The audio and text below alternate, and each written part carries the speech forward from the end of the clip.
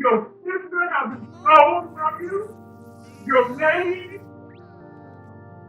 your future, your land, your rights. Then you have been given what someone else wants you to have.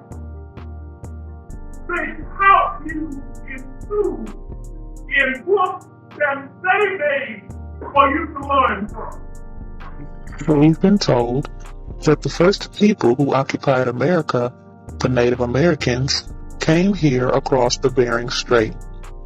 But what if someone told you that when the Native Americans came across the Bering Strait, there were people already living here? These people had an established civilization that not only rivaled that of Egypt in its height, but is also much older. The Washita were on this land that we call America. So the Washita do not come from anywhere. We did not come to America from someplace else. We were already here. We have always been here.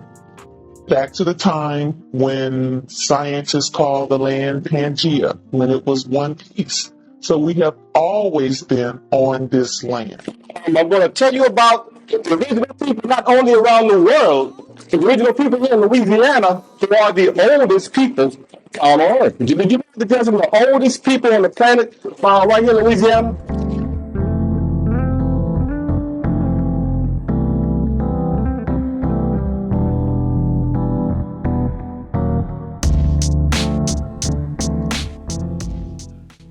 Wow. Much love and respect to everybody that's tuned in. Thanks for being here once again. It's been a long time. It's been a while since I uploaded a video. I had my reasons, but coming back strong. Hope you guys enjoy what I got today, this new series, and a lot of new content I got coming. So I just wanted to say before we continue with the presentation, as you guys heard in the beginning, it's about the Washitaw Muurs, the ancient ones, right? What I want to do in this first part is just let the Washitaw Nation and their members, the Queen, the Empress Verdiacee, speak themselves and tell you who they are themselves in this first part, especially with those who are not familiar, and just so we can go ahead and then bring up some questions after we hear everything, right? So on the next parts we'll try to get historic. Just want them to be able to go ahead and present information that was given to us all these years. I did want to also include that a lot of people told me that they knew the members of the Washitaw Nation or family members, and I did ask them if they can have them come on these presentations and give their part in it, their genealogy, help clear up some things historically, so we can put it all together. If they need help with anything, or if they can help me with some of the research, and they came back to me. One of the persons told me that they didn't want to be a part of it, so just wanted you guys to know that I did try to reach out when people told me they knew them and if they could ask them to be a part of this, and I never got any answer. I told them I was going to do it anyway, so I just wanted to include them if possible. So I just wanted to make that clear, because I know a lot of people are going to say, well, why don't you contact your people? You're talking about the people's history and stuff. And, I just try to approach this, historically. And we try to do the genealogy as well, based on the information that is public, that is actually written in their own books, their own genealogy there. They state who they are, their full names and everything. So I hope you guys enjoyed this presentation, again, about the Washitaw Moorish Nation.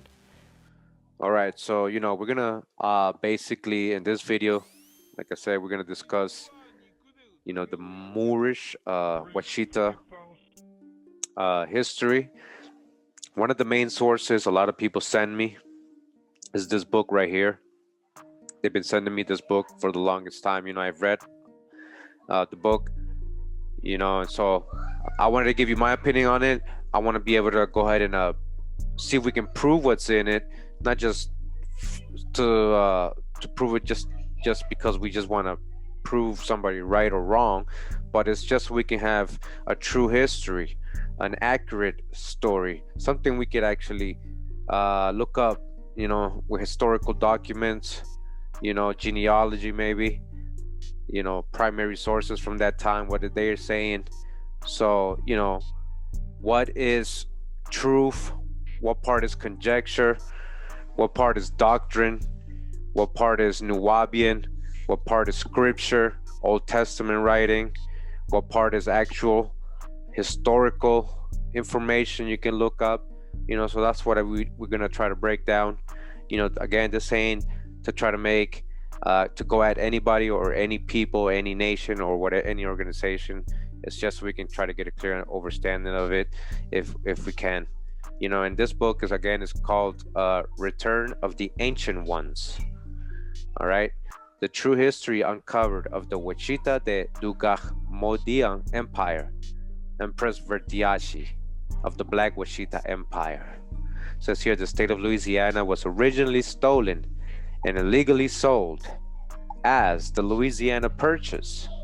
The land is the stolen property of the ancient Black Washita Empire, the ancient ones. All right, the ancient ones, the Washita file, it says here. So the ancient ones. So anybody who's an ancient one, all right, it's the Washita. And then we got here black, we got a crayon color here. So we know what they mean. We know the ancient indigenous people maybe of this area of Louisiana, the old inhabitants of this area of Louisiana. That's what I'm interpreting from it. So is it just about them? Is it the story just about the ancient inhabitants of this area of the world, Louisiana? Or what exactly are they talking about? So those are the kind of things I want to look into. Let me see if we can get zoomed in right here a little bit. It says Return of the Ancient Ones, the true history uncovered of the Washita de Dugahmodia Empire. It says here by Verdiacee Tiara, Washita Turner Gostin L. Bay, Empress of the Washita Nation. And this is back from 1993. All right. So, a lot of the times I get a lot of people, come at me in the comments and the videos that I do and upload. And, they come with this idea or these teachings, doctrines, cultural background from like a perspective from 1993, like in this book, right? So let's say a person reads this book in 1993 and just keeps reading it for the next, 20, 30 years, only. And they didn't advance from there, or didn't try to connect other things, or try to see if what can be factual, what can be proven. So a lot of times I respond to people, why we're not in 1993. We try to be able to at least research, investigate it on our own, with our own knowledge, with our own oral history, with what the new information that's coming out. We gotta sometimes empty our cup, and maybe there was something missing there. Maybe there's a deeper understanding that needs to go on here, and again, I'm just an individual and I'm not coming at anybody. I'm just trying to show you what I investigated and what I'm concluding based on the information that I can pull up and see. All right, it says here dedications in honor of the Most High God. This book is dedicated to, says here, my only son, Mr. Frederick Joe Washington, the grandchildren, Fredericks N. Washington, Wendy Farika Washington, Eric Washington, the daughters, Matilda, Francis Butler, and all these people right here, the grandnephews and all that, the descendants of Annie Turner Washington and Fred Houston Washington, my paternal grand, Isham Washington, Delphia Kim Washington, and my maternal grand, Joe Henry Turner and Matilda M.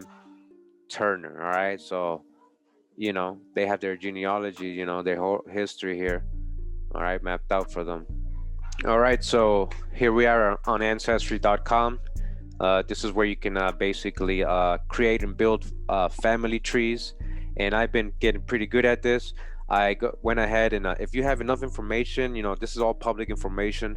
If you have enough information, especially it's in that book we just read, right? So I was able to verify a lot of the information, right? The genealogy, all these people were listed there, all right, earlier as I read.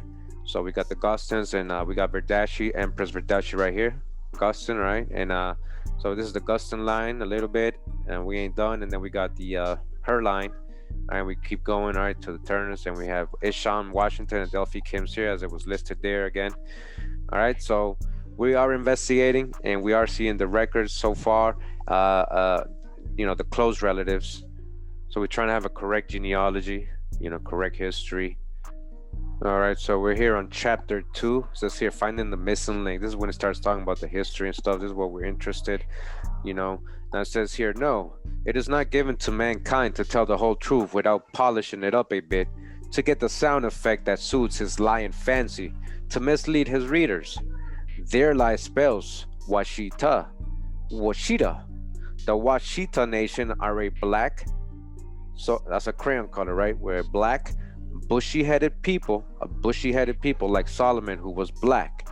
All right, so now Solomon, now we're talking about Solomon from the Bible, right? Solomon, now we're talking about scripture. We're adding Old Testament beliefs here, right? So it's okay. I rock with Solomon. So bushy-headed people. All right, so were they all bushy-headed people? All right. And his head was bushy, so now Solomon was bushy too. Most likely, I recommend you read Songs of Solomon 1:5 and 6. His head, chapter 5:11. When the exploiters came, we were already here. All right, so somehow the Solomon, that verse in Solomon is related to them being there, anciently. All right, when God created Adam, he was smart enough. Yes, he invented reading and writing, as his creator was a writer. So we are now, Adam and Eve, right? The story of the first people in the garden and Eve, this is biblical, right? This is Genesis. So this is scripture, right? They're using Bible here, right? Adam wrote the books of Adam, Genesis 5:1. All right. So we're talking about the books of Adam. We're talking about the apocryphal books, I guess. I know I'm down. I've read the apocryphal books of the books of Adam. It says Genesis 5:1, God wrote the commandments on a table of stone when he wrote a pattern or the blueprint on how to build a mound for our people. That was very interesting right there.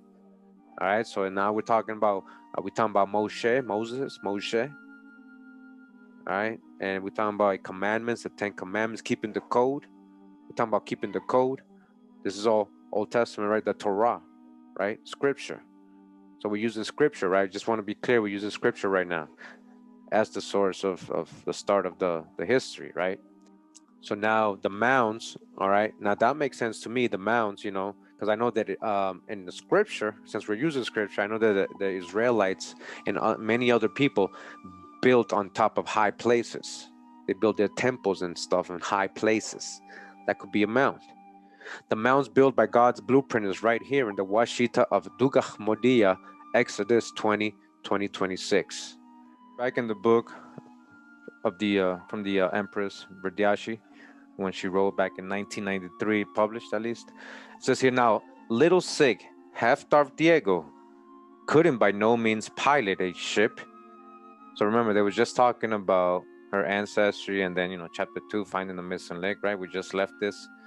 So now down here it says, remember, she's quoting the Bible so far. That's the source that she's been using so far. All right, so it says, now little Sig, half-starved Diego couldn't by no means pilot a ship. In fact, that was not his name. See, Columbus log. I do not want to take from an innocent child. All I want you to digest is the fact that Pietro el Negro, or Peter the Black, N-word, was the pilot or navigator of the Nina, the lead of Mr. Columbus' ships. All right, so she's letting you know, this is a fact. We've actually shown the sources, we've actually shown the history, and what Pietro basically meant so-called black or dark skin. It's like saying Pedro or Pietro. In Portuguese, you can say somebody who's dark skin is Pietro, all right, or Preto. In Dominicans will, and in the Caribbean, in Spanish countries, they use Preto, ele Preto.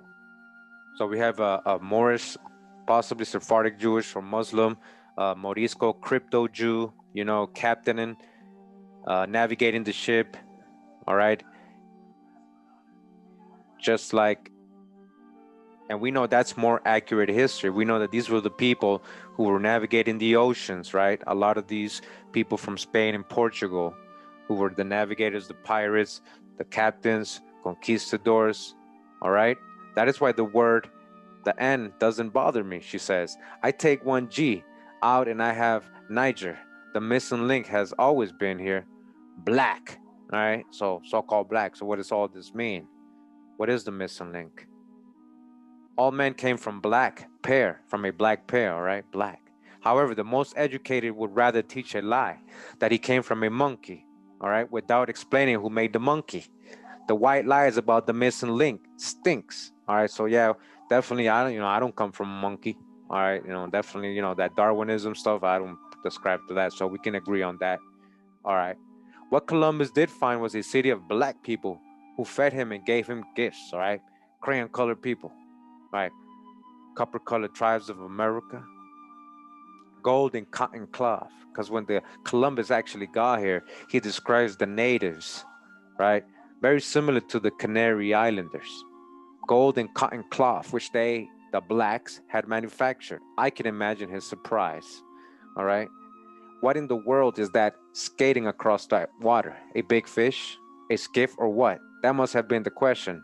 Men, black, where are we? Back in Africa? That must have been their reply. So again, must have been, so a lot of this is conjecture, right? So where did Columbus and any of them say they were in Africa, right? They were always saying they were either in Asia or India, right? They thought they were in Asia and India. That was the so-called story, right? So again, a lot of conjecture up in here so far. We've used the Bible as a source. And now, black crayon colors all over the place. It's all right. We respect it. It was 1993. I understand what the Empress is saying. People of color were definitely over here when Columbus got here. But Columbus and all these people, so-called Columbus, right? We're digging already on the real name. I got a future video on this. Very good investigation we're doing on the so-called Columbus. What his real name, his alias. We got his alias. We might have a possible real alias for him. All right. So, but this person, so-called Columbus, right? He was a person of color too. These Spaniards were people of color too. Just like the French noble they're about to tell us about, all right? In this Moorish Washita origin story, especially with the land grants and the land, right? We're going to learn. So again, we're going to continue. It says that must have been their reply. That must have been, maybe that's what they said, right? No, where are we in Africa? Why would they, they knew where they were. Our imaginations can play with us on the reactions in 1492 AD. The real truth is in Columbus Sea Log, all right? So, that's a good point. We can just guess and conjecture all we want, but we got primary sources. We've read a lot of them. We've read the whole travel when Columbus got here, what they were saying, each island they arrived and how beautiful it was and all the fruits they can eat. And it was like, Eden, a paradise. The people were living like in the golden age. We read all this. We read firsthand accounts. It says Pietro el Negrito, that is Peter the N word, right? The pilot or navigator of the lead ship came on deck to take control. No one bowed to the sailors, as history tells us. Of course, history can say it the way they were pleased to write it, as it was his story. It would have been much easier on all of us if they had just written the plain truth like Columbus wrote it in his sea log. This king, who was black, did not come to a common ship, Admiral. He bade Columbus to come to him. In this city was a factory that made cloth from cotton. They gave the hungry sailors food, sea facts from his log, with map drawn from our Columbus and his own words. All right, so where is the log? Now I'm asking you, everybody, now I'm being very, very sincere with you. So far, what sources have we used? All right, and what is the log? Where is this log? We've read a lot of his firsthand accounts. We got numerous books on Columbus. We got his letters. We got his brother's letters. We got the people who were navigating with him, like this Pietro. We got his, all their documents, all their whatever they recorded or whoever recorded for them, right? Supposedly, what we can at least look at and read, and books from the 1700s, 1600s, 1800s, a compilation of the letters and the books, the journal of Columbus. So when she's saying the log, where is the log we're talking about? He said he ran into a king who was black. Where he said black. All right. Now he said there was a factory making clothes. Why not? But where is the source for that? I want to see what Columbus really said. They gave the hungry sailors food. We know that. We know the indigenous people fed these people and a lot of times helped them survive. Now it says here, continues, why did history lie? It was his story, and he told his story as he wanted the reading public to believe it. A lie goes or runs a long time according to folklore, but finally the good old truth overtakes and boxes its ears. All right, so yeah, I can agree with that. you know. But who's really got the narrative? So who's to say who's really right? Anybody can tell the story. If we're talking about just stories, if we're just talking about stories, anybody can just make up stories, right?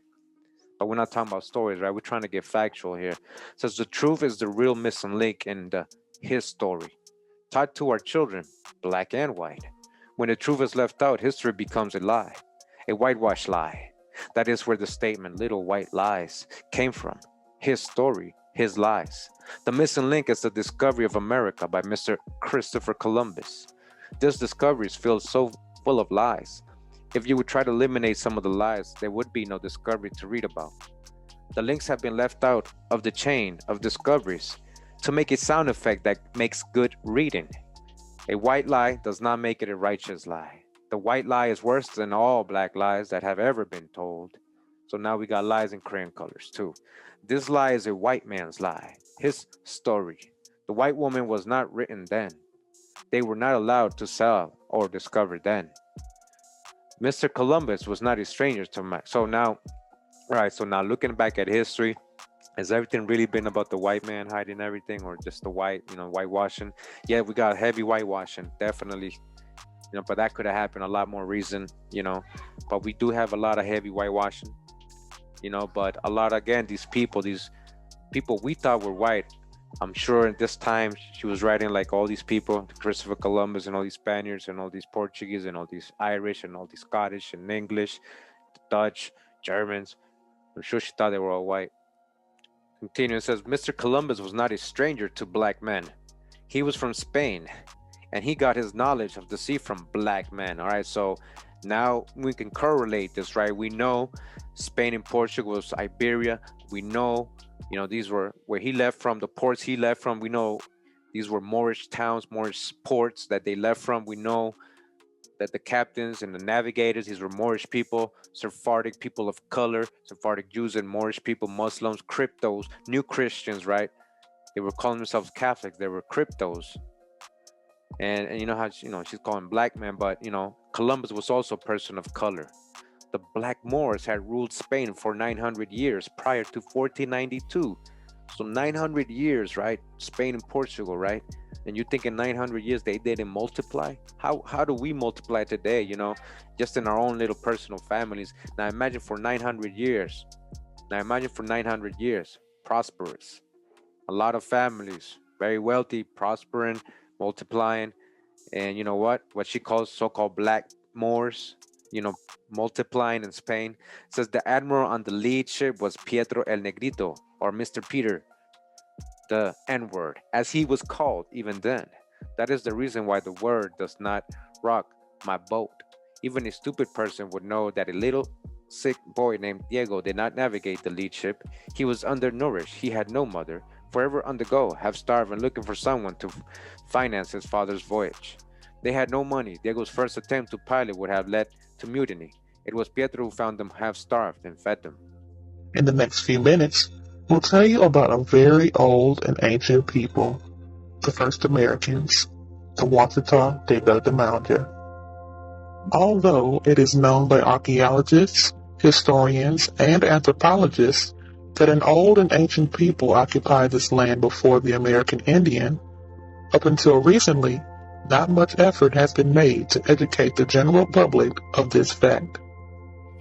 People ask, what are the Washitaw Moors? What's a Washitaw? What's the Moor? And understand, I am a Washitaw Moor. The Washitaw Moors have not gone anywhere. We've not disappeared. We're still here.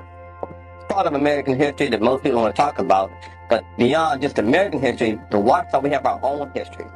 The history of the Moors is there. It's been twisted and distorted, and it's just murky legends and the stories that kind of hide the evidence of the Washitaw and the Moors. The evidence of the Washitaw is very prevalent. It's just not being promoted and being taught in the education system. No one wants to talk about a race of people who were here, civilized, organized, and giant black people. The Washitaw are the dark-skinned original inhabitants of North and South America. They have been referred to as the pre-Columbian civilizations, the prehistoric mound builders, the diggers, and the ancient ones. Certified legal documents of colonial and Spanish and French explorers identified the Washita as the ancient occupants of America. The Washitaw Nation are akin to the Moors of Northwest Africa and are responsible for building the highly advanced geometric earthworks and sacred burial mounds found all over this continent. People always ask, who are the mound builders? When did they exist? The mound builders are the indigenous original inhabitants of North and South America. The mound builders did not exist in a vacuum at one time period. We have always been here, and we shall always be here. Modern science teaches that all the continents on the earth were once connected in one piece of land. They call it Pangea. Washita history actually says the same thing as do the scriptures. The Washita, the indigenous people of this land that we now call America, were on this land when it was connected in one piece, when this land was connected to what is now called Africa. Poverty Point, located in Pioneer, Louisiana, near Monroe, is recognized as the second largest earthen pyramid in North America. This ancient site, called the Great Bird Mound by the natives, was a cultural center for the advanced temple, mound, pyramid civilization. Poverty Point, as it is currently called, is located in northeastern Louisiana in Washita Parish in the city of what is now called Monroe, or near Monroe. The Washita referred to it as the Bird Mound because there is a very large earthen mound in the shape of a bird with outstretched wings. In some places, it measures 70 feet high. The wingspan of the bird is 640 feet, and it actually measures 710 feet from the head to the tail. At the base of the bird, at the foot, there are 6 concentric ridges composed of earth, and the Washita actually had their homes located on these ridges that at one time measured as high as 5 feet. In a Western education world, Poverty Point has been identified as the oldest community in North America, in that Poverty Point was a complete city in construction. Its dynamics, its the civil engineering that went to design the city has been copied for thousands of years, and the community is in the shape of a concentric rings, several concentric rings, and these rings are duplicated over and over again in the U.S. Congress, where the seats are laid out, in the Roman Senate. You go to most entertainment venues, a theater, there you'll find that modern day theaters that are acoustically designed are in the same formation as Poverty Point. And Poverty Point being a place that is known to be as old as, or as young as, 12 centuries before the birth of Christ. When you speak of Poverty Point, you speak of a time that wasn't supposed to exist. Poverty Point, at its height, not at the beginning, but at its height, was at least 1,000 years before any agriculture was supposed to have occurred in North America. So Poverty Point has served as an anomaly for years when scientists came in and archaeologists came in and argued that there's no way this could exist. As archaeologists go and do research, they don't even have a name for the time period that they find artifacts at Poverty Point. And what's more, at Poverty Point, not only did they find artifacts there that would date back 1,000 years, but they were enduring years, and that these people showed a legacy of continuous occupation at Poverty Point.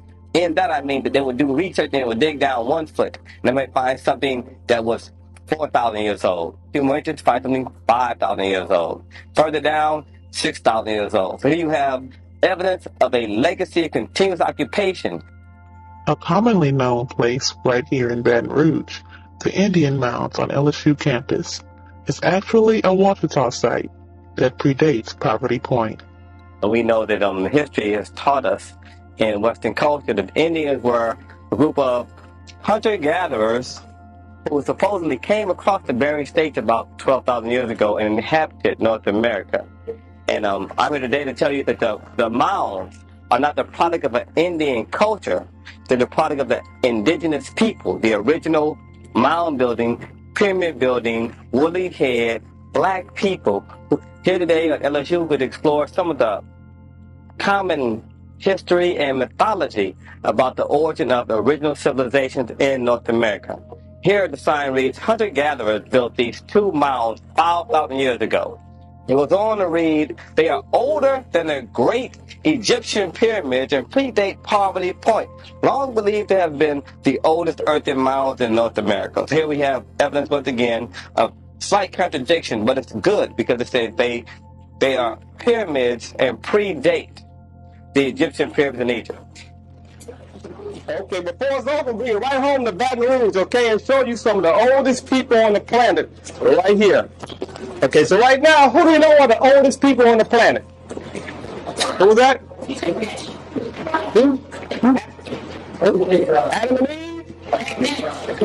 Frank Nash? Frank Nash. Frank Nash, okay. So, how old is Adam and Eve? Is that Adam and Eve? Was Eve named Day? No. Okay. Well, let's deal with some old people we find here in North America, right here. This is an Olmec head. You know the Olmec head? The Olmecs are thought to be some of the oldest people in North America. We're going to deal with this concept right here. The hidden history of black civilizations in America, okay? There are several civilizations of black people who were right here long before slaves were brought over here, long before any Indians came across the ocean, long before any European explorers came across the ocean. There were a civilization of ancient black people in North America. History records the Olmecs as being the oldest civilization here. But I'm going to tell you a little bit about some other people here. Of course, we heard about history about Christopher Columbus. We've given Christopher Columbus our whole life. We know that this is a lie. Okay?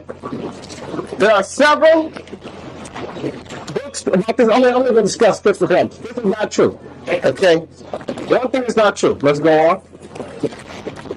Also, we give the history of the African Holocaust, the slave trade. That's part of our history.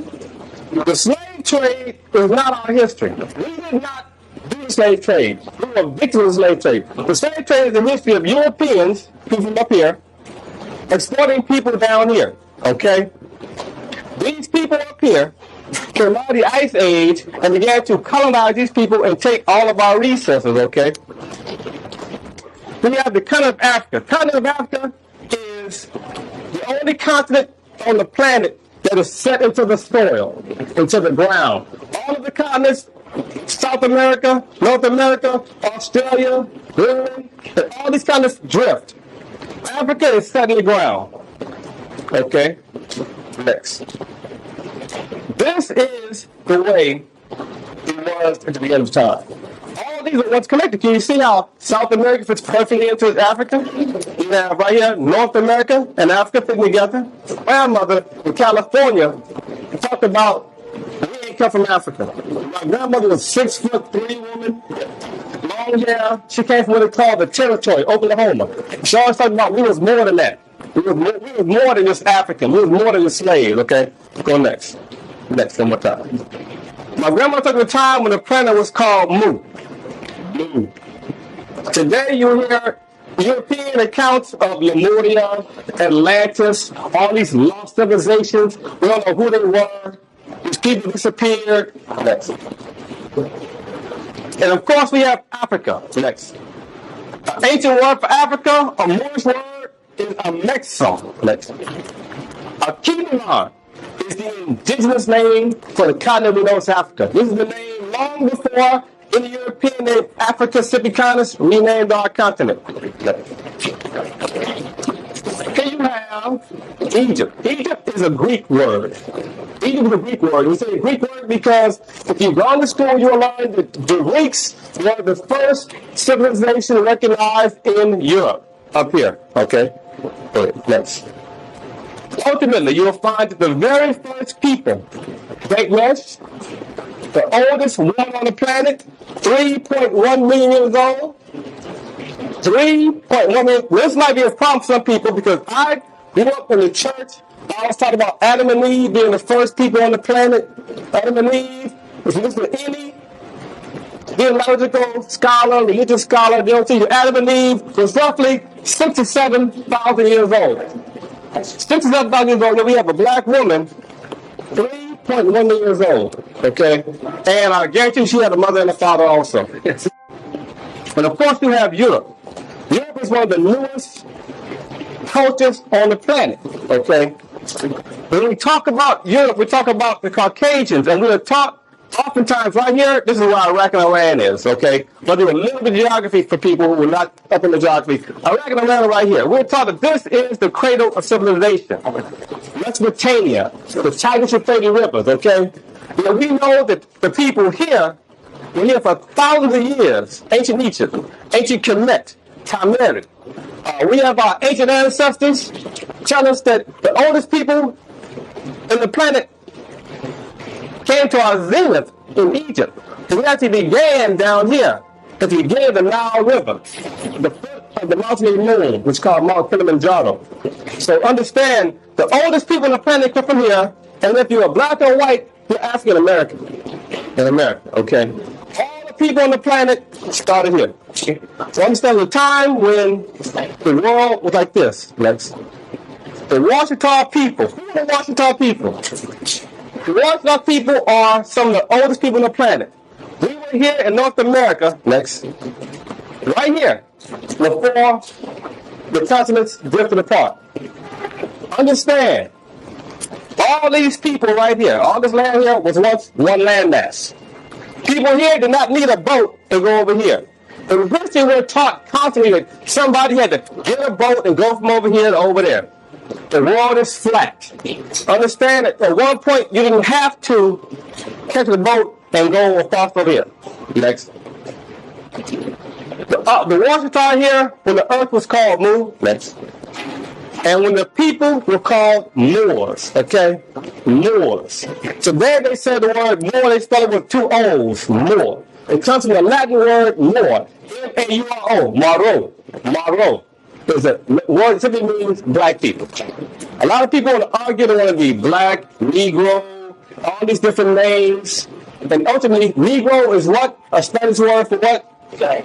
Ultimately, we're all black people. When it comes down, when we're getting jacked up or abused or exploited in some way, we immediately become black. Okay. I am a Moor. Are there any Moors in the house today? We're all the Moors. We're all the Moors. Okay? Next. Then you have the Mayans, the Aztecs, the Toltecs, more Mayans, the Olmecs. Here is where we are taught the first people in North America existed. Up here you have the Washita proper. Do you think it's possible that the people here happen to meet the people up here? Yeah. It's possible, huh? Okay, next. Here you have, what's this right here? Where are we right here? Washita. That's the Washita people, right? What's right there behind there? What's right here? We got Lake Pontchartrain, huh? We got New Orleans. Now who do they say was here? The Washita people? The Chawasha. We got the Wichita up here, okay? We got let's not see this Kushata? That is called Washita. The Washita people, okay? Tunica, Natchez, Biloxi, all these are indigenous people, indigenous black people. All this land here is Washita. If you ever got a map of the United States, you have the Washita River flowing here, up to the Washita Forest, over to the Washita Mountains. You also have the Washita River, the Red River, which runs this way, and ends up the Washita River right here, okay? The Washita River. When they had the Great Trail of Tears, and the military came in and made all of the Indians get off their land over in Alabama, Mississippi, Arkansas. They took them all into Oklahoma, to the Washita. This land currently remains a free and sovereign land, protected by the national and international law, as provided for in the Maison, Rouge, and the Bastrop land grants.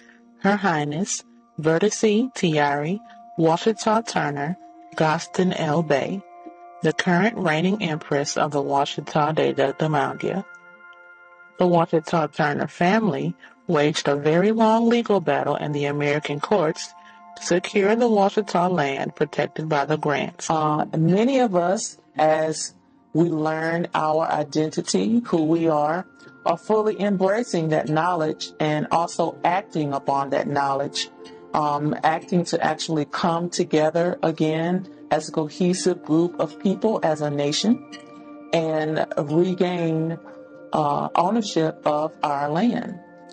One of the main points that I would like to emphasize about the Washita is that we are still here. Some of the larger community here in America would like to have people believe that the indigenous people of this land no longer exist, or that they are all Indians tucked away on reservations somewhere, when actually we are still very much here. We have always been here. All right, so again, we're going to read from many websites of followers of the Washita Moorish Empire Nation and members of different organizations that say they're related to the Washita Muurs. This is one website here. It says empirewashita.org, and it has, of course, a picture of the Empress Verdiacee Tiara Washington Turner, Gostinell Bay. Says here United Nations Charter.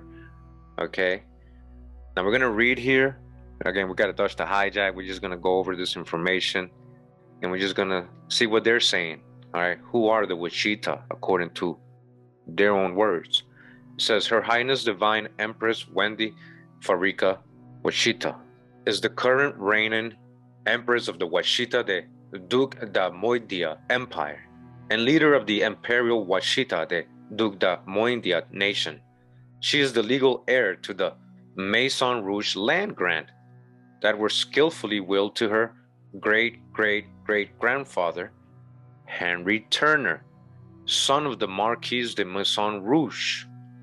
The Marquis Joseph de Maison Rouge, the child of French nobility, was rescued by the Baron Philip de Bastrop at the beginning of the unrest, culmination with the French Revolution. All right, so what? All right, so again, I've been researching this for about 2-3 years, and and when you investigate this history, a lot of these things do not add up. I'm going to show you guys what I'm saying, but for now, we're just going to let them tell us who they are, right? And from their own words. So again, now they're saying they are the heirs of this land grant that was given to a French, right? Not Indians, right? French nobility. Who is this French nobility they're saying is Marquis Joseph de Maison Rouge? It gets deep. We're going to go into this in the next parts of this series, who this Marquis Joseph might be. Does it add up? Does it make sense? Are the timelines matching? Is it all making sense? What are you talking about, Kurimeo? We'll see. But let's continue. So again, they got this land grant, right? They're the heirs of this land grant that was given to this Marquis de Maison Rouge. And they're saying that Henry Turner, her great-great-great-grandfather, is his son. Is that true? Can the genealogy prove this? Does the timelines match up again? Can he be the dad of Henry Turner? We're going to look into all this.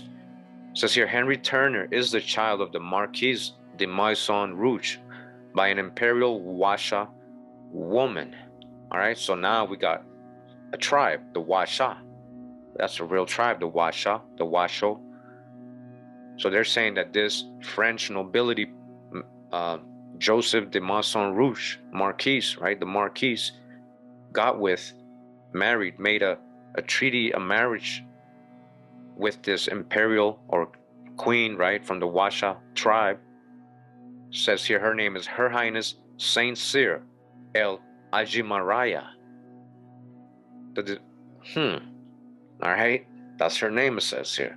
Now, one thing I do want to point out, so we got the name Amaraya, right? Amaraya. Well, we know that's like a Semitic Hebrew name too. Amaraya, Hebrew or Jewish. So again, I am Maraya. And it says her name is Saint Cyr. Saint Cyr.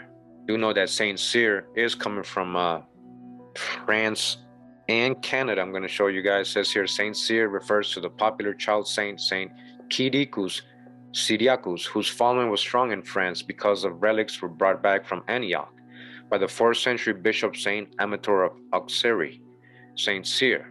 And over here, we went over this in my Akkadian video. It says here, origins of the surname, origins of the surname, some Saint Cyr or Sir.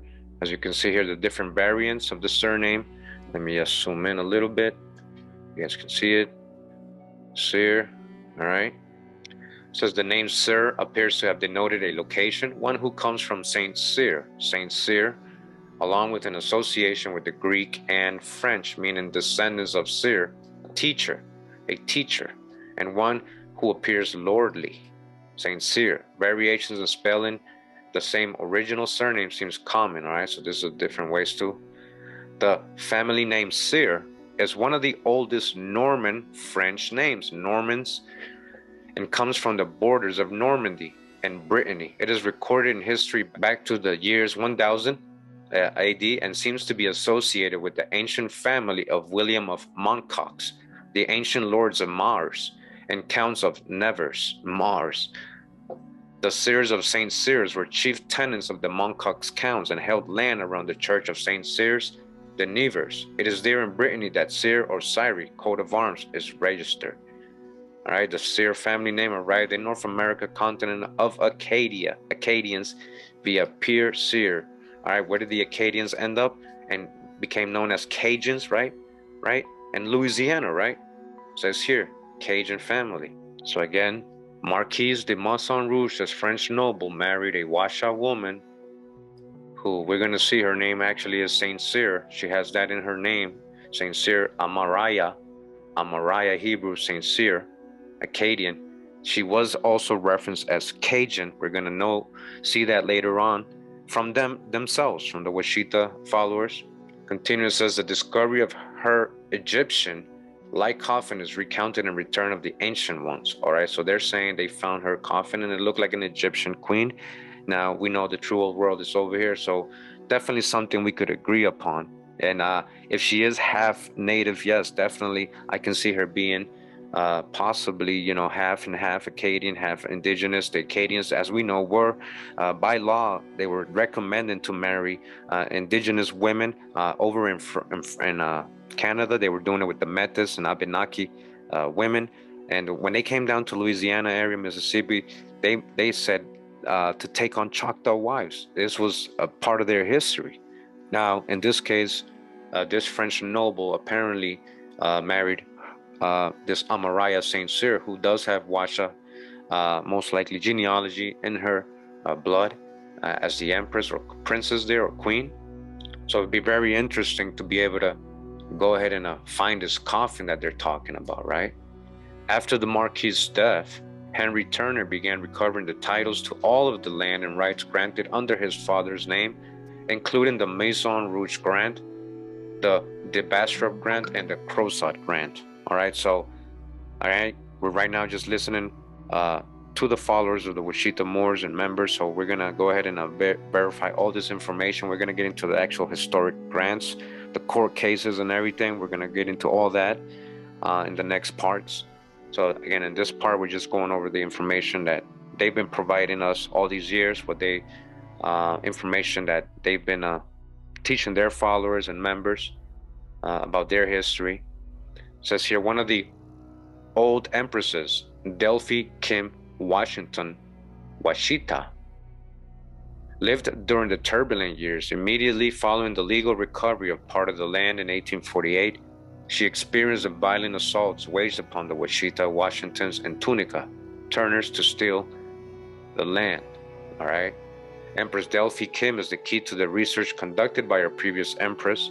She inspired and guided our previous empress, dubbing her Tiari, or the crowned one, before her transition at the modest age of 117 years. Wow, that's a lot of years, right? She laid the groundwork for the reclamation of the land. All right, so real quick, we are at the genealogical tree of Empress Verdiacee here. And again, this is all from her book. She lays out her genealogy. This is public info. I didn't, just steal it from anybody. I thought I'd build it myself. And see, what the information says. We can get to the Maison Rouge, right? This French noble in Amaraya, Saint Cyr. Well, so far, haven't been able. I did get to Henry Turner. But let's just go over real quick. Again, we got Verdiacee right here. Her parents, Fred Washington and Annie Turner. Her mom, and then Fred's parents is Israel Washington, or Israeli, right? And then we got Delphine Kim's, who they were just talking about, Delphine Kim. And we got her parents, William Kim's and Mahalia Garrison. And for Mahalia, I got these parents, Louis Bouligny Garrison, and Lula Daniel Garrison. This Bouligny name is very popular in my historic accounts of Louisiana and the people settling there. And I haven't been able to go past that yet. And of course, this is that barrier that they stop you at, where they stop helping you, and they don't want you to get past that, but you got to break through, on your own, and there is ways. So I just wanted to show you, we have this genealogy. So this is the Delphine, who they were talking about. So when you go under Verdiacee, and they're going to start talking about Wendy Farika Washington. So let's go back to the article. So it says here, Her Highness Divine Wendy Farika Washita's grandmother and previous Empress Verdiacee Tiari Washita Turner Tunica Gostin Elbe spent more than 30 years researching the leads left by her grandmother. While on her quest for truth and to free her people, she suffered great losses, brutal physical attacks, slanderous character assassination, and continuing threats against her life. So it's unfortunate that, especially during those times when it was a lot harder, that people had to go through stuff like that, just to try to know who they were, Yet she remained undaunted in her quest to rebuild the nation. She was a world-renowned archivist, researcher, and legal mind. She served in various capacities of government locally, nationally, and internationally. As the founder of townships in the city of Richwood, Louisiana, near sacred indigenous grounds, she was instrumental in establishing social and economic agendas to improve the living conditions in underdeveloped communities. Her work took her around the world. Studies in Japan equipped her with the ability to effectuate the financing and installation of citywide sewage system for one of our towns. As a mayor, she was an elected officer and one of the founders of the Conference of Mayors, both nationally and internationally. Our previous Empress authored several programs that were implemented on federal and state levels. She was invited advisor to the U.S. Congress, the presidents, and delegate to the OAU, Organization of African Unity, African meeting in July and August of 1996. The Empress led a group of emissaries to the summer conferences at the United Nations offices in Geneva, Switzerland. During the 14th session of the United Nations Working Group on Indigenous Populations, the Washita de Dugda Moindia was recorded as the oldest indigenous people on Earth in the final list of all attendees. In 1993, the Washita Indigenous Nation of Mound Builders received its United Nations number 215-93. To date, the Empress, as one of the living heirs of Henry Turner, has recovered the title to 68,883 acres of land, comprising most of the northern part of the said state of Louisiana.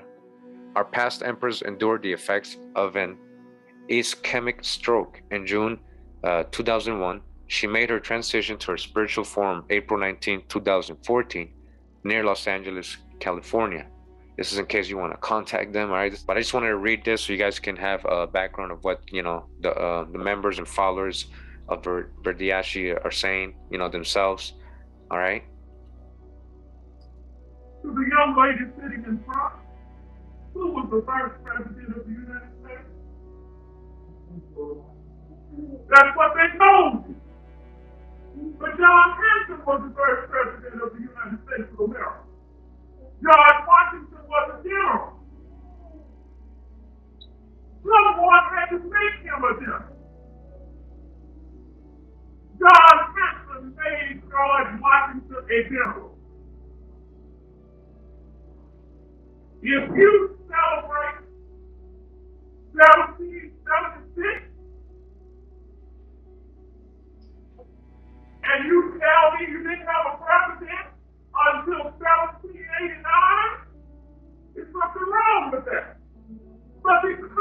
you had black presidents first. They took it out of the book. But they still have it in archives. Spain, France came over and claimed it and ceded it to Spain. When Spain had the land, Spain made grants, Spanish land grants. They don't teach you nothing about Spanish land grants in school because all Spanish land grants were good until this day. Spain gave all the land up in grants to the ancient people. That's to your forefathers and my forefathers. Then Spain sold back to France the streets of New Orleans and the military barracks.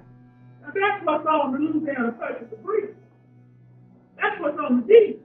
The streets of New Orleans and the military barracks. France could only sell to the United States what they can see back to us. Correlate with here in the Los Angeles Times. It says here, Black nationalist group Washitaw Nation distances itself from the Baton Rouge shooter who had pledged allegiance to it. All right, in the picture here is Fredericks Washington. It says here 71 is a leader of the Washitaw Nation. It was 7 a.m. on Monday when Fredericks Washington got a call from a cousin with some news. Washington's photo was on television in a segment about the shooting deaths of 3 Baton Rouge police officers. Do we know Gavin Long? The cousin asked. Was he part of the empire? Gavin Eugene Long was the killer.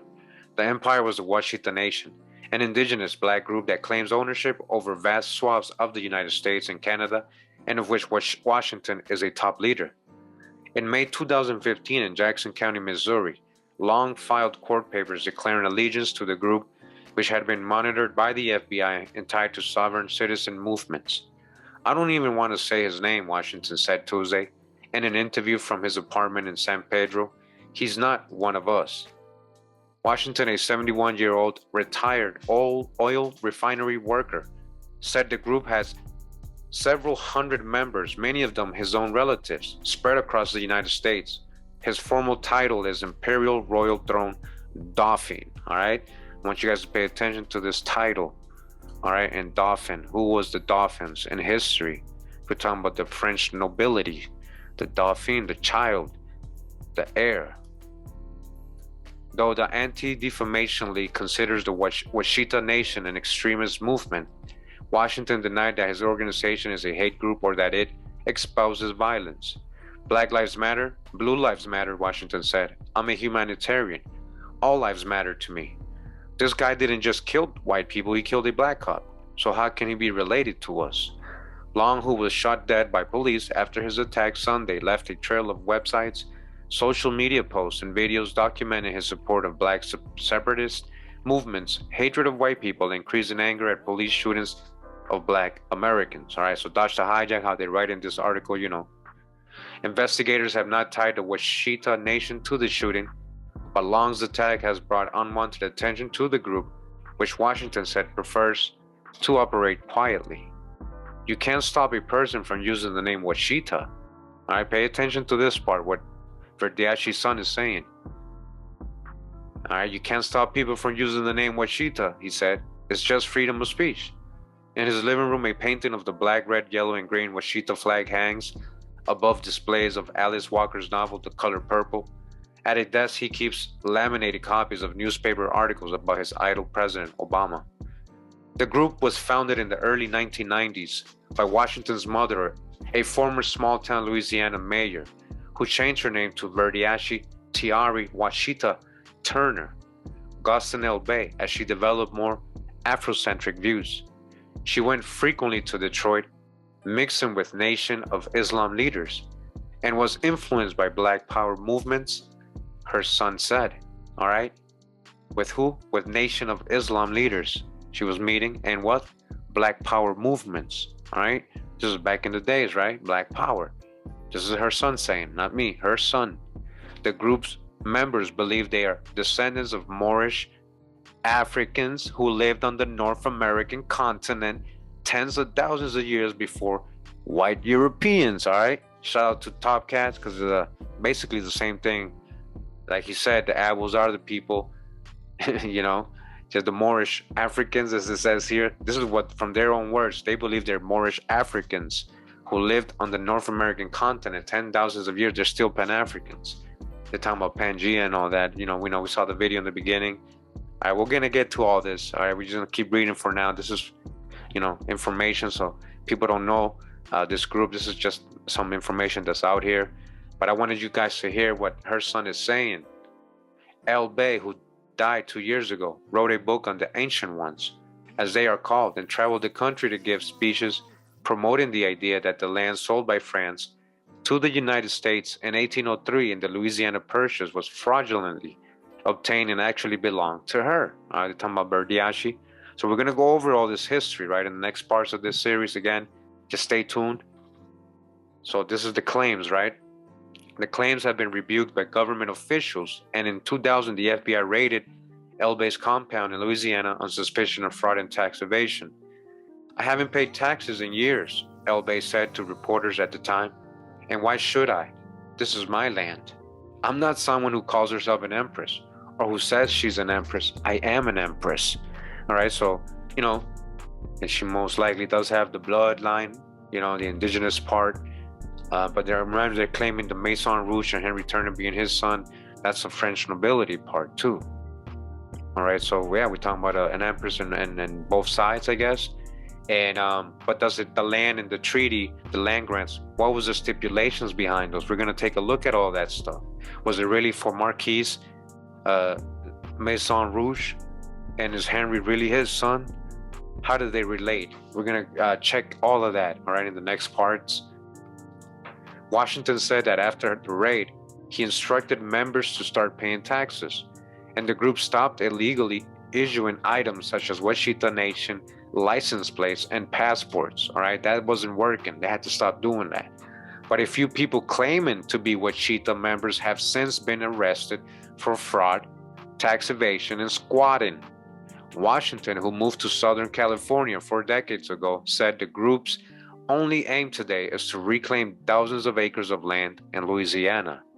Like other advocacy groups, it has an annual conference, maintains a mailing list, and petitions government officials.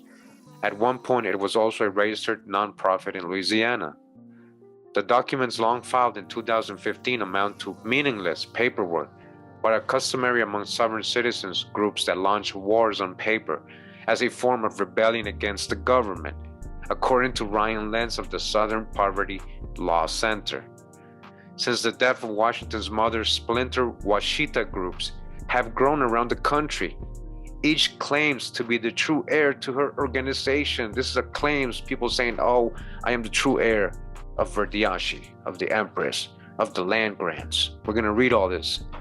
One group, the United Washita, has a website run by a North Carolina-based man who goes by the name of Dr. Amin El Bey. He did not respond to requests for an interview. Another group, Unity Washita, the Dugda Moindia Nation, all right? We just read their website, right?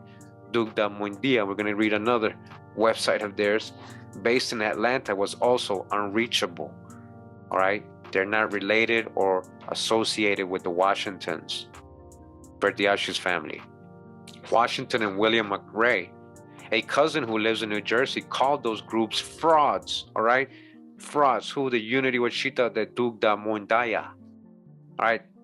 These are the ones using the Olmec, Yamasee, grouping everybody together, calling everybody an ancient one. They're using Verdiacee's words in a different way. Again, Washington and William McRae, who are cousins, they call those groups frauds. McRae, whose title is Crown Prince Emperor El Bey, Big Bey, Bagby Badger, said he thought Long was a member of one of the other Washita groups. I called them hijackers, all right? Dodge the hijack, they're hijackers, all right? The squatters, Europeans, black Europeans, shout out to Top Cat. They hijackers, McRae said.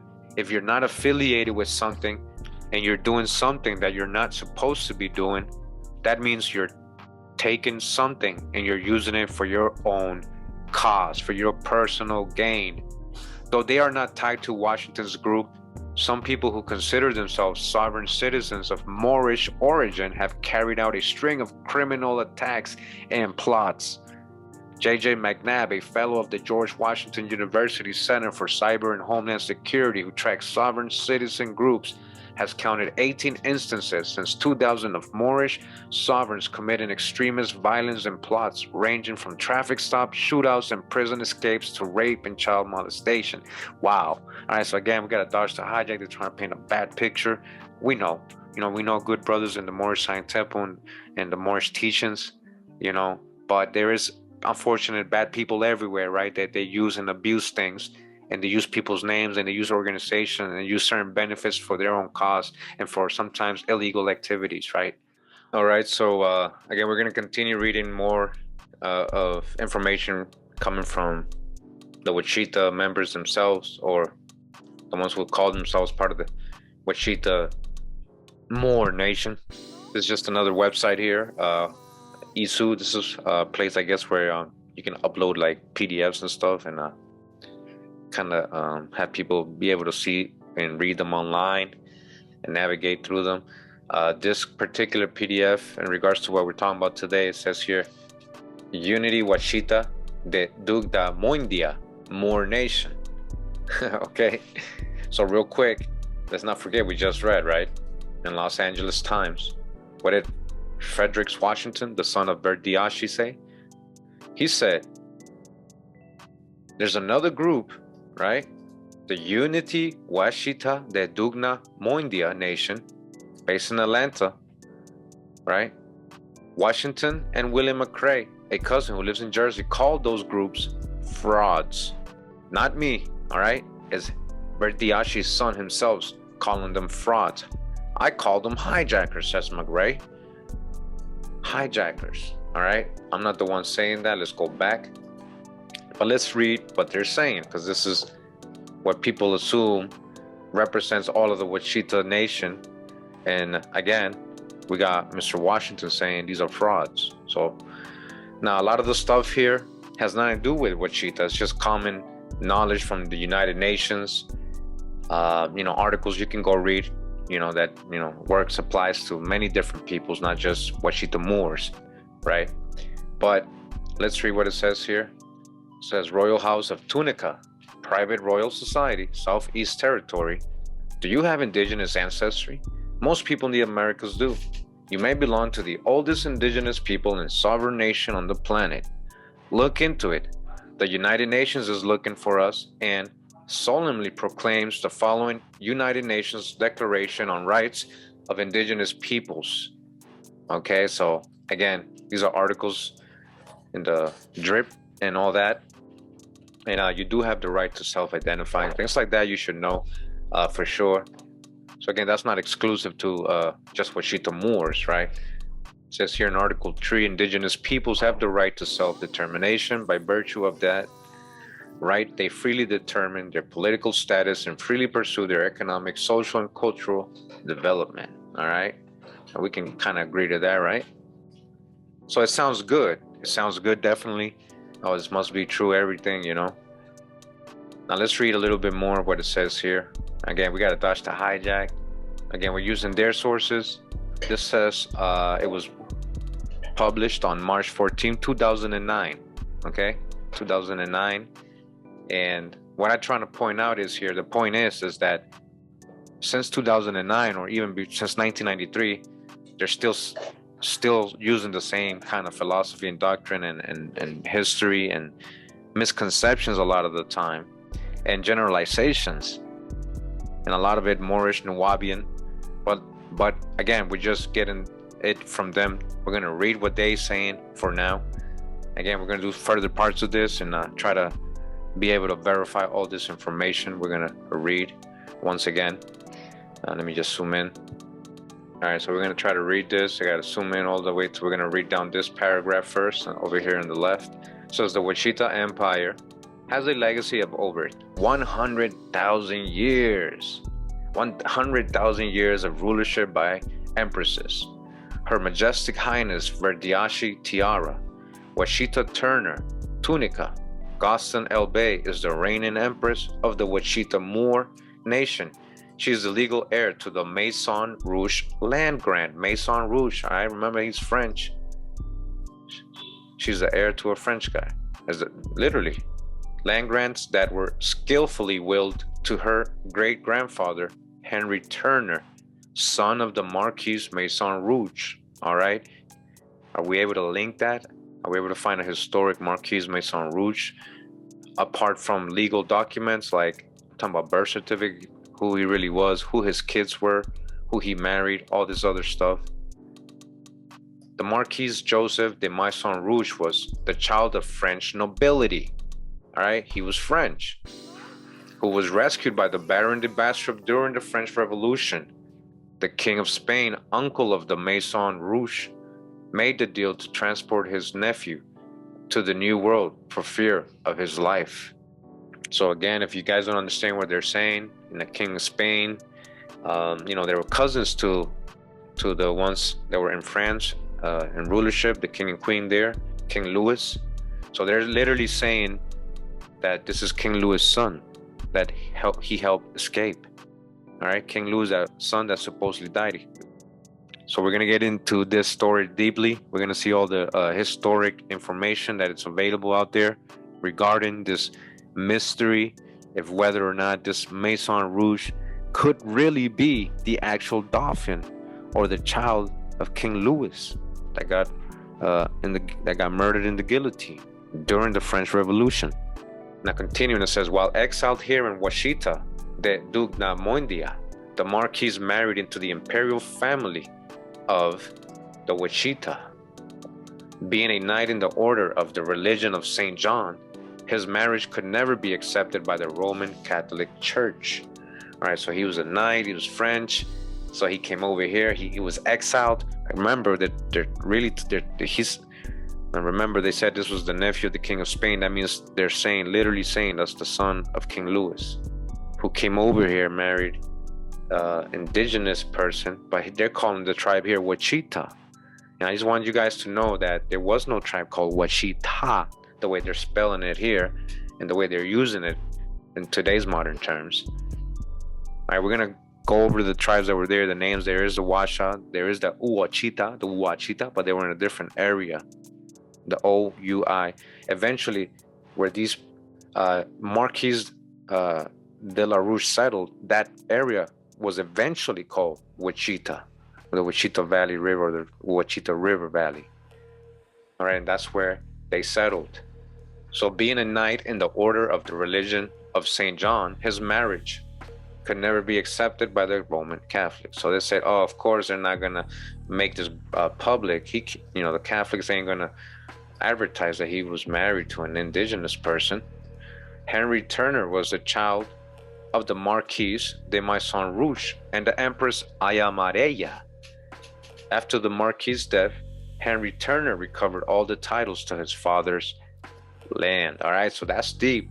So I want you guys to understand what they're saying, at least this group. Now remember what the son of Verdiacee said about these. He said it right here, another group, the Unity Washita de Washitaw Nation. What did he say? Washington and William, a cousin who lives in Jersey, called those groups frauds. Again, who's Washington we're talking about? We're talking about Fredericks Washington, the leader of the Washitaw Nation at 71 here. This is 2016. He is the son of Verdiacee. Okay? He's calling them frauds, not me. Just want to point something out, that a lot of this stuff never gets researched thoroughly, verified, and people just creating nations. That's fine, but they're doing it in a Moorish way, creating nations, using the sovereign thing, coming out of that straw man, becoming a proprietor, all that stuff. That's all good, and it's not all about proving this or using this or actual genealogy, even though we know there is a genealogy there with the Indians too. But literally, as we have been reading right now, you guys see, we're dealing with French nobles, and we're dealing with literally the French royal family, Marie Antoinette, right, and King Louis's son. They're literally saying the Turners are the descendants, and that Verdiacee was literally, a descendant of Marie Antoinette too. So it's not just indigenous. If so, right? If it is right, maybe they're skipping a generation. We're gonna see if there's any links to Maison, Rouge, and Henry Turner historically listed as a child or even mentioned. And does the timelines match up? When was Henry Turner born? When did Maison Rouge, when was he born? Nobody asks these questions, right? And nobody cares to put sources when they're saying all these things. Something I just want to point out throughout this video, okay? Let's keep reading. It says here, Empress Delphi Kim, Washita, 1849 to 1966, reigned during the turbulent years of legal land reclamation. Since the day Empress Verdiacee became aware of the legacy of her family and our people, she spent hours of her life researching, fighting, and talking about the Washita Empire, its political, spiritual, and cultural aspects. Now, I want you to remind everybody when they're saying aware of the legacy of her family and our people. So again, according to Fredericks Washington, who's literally this is his family, he calls these same people who saying our people frauds. He's calling them frauds. So everything sounds good when you read a PDF like this and papers. Oh, everything sounds good. We the ancient ones. We the ancient ones. Is literally, shout out to Top Cat, just like the Aboriginals. You know, they, you know what? But what's your tribe? What actual tribe? Give me an actual tribe. Like what? Who? Who was she? Who? What person? What's her name? Who? Who do you descend from? Who exactly? Let's get specific. Continuing, it says, it is said when you are in the presence of the Empress Verdiacee, you can feel that vast and ancient flow of eternal energy. I can believe that for sure. I can believe that for sure. Her Highness is soon to celebrate her 82nd birthday, and now we work to ensure her life's work is fulfilled. In her book, Return of the Ancient Ones, you can read the truth of the Washita Empire. Again, I want to remind everybody we read a little bit of it today, earlier, and we broke that down, and you see how it's a lot of biblical, Moorish, Pan-African views. Again, there was no source other than some Bible verses. Just want to point that out. We're going to continue to read that book too a little bit more as we go. It says here, our nationality is Washita. We are not those from Morocco. Our families married after they arrived in the Americas. After they arrived, so they weren't from here. So you weren't from here always. I thought you've been always here. So you guys got to make up your mind, because you guys keep telling me you've always been here. Now you're saying your families arrived in the Americas and married into the families. Okay. Moor from Mu and Moor from Morocco are not interchangeable. So they're Lemurians, okay? So they came from Lemuria, according to them.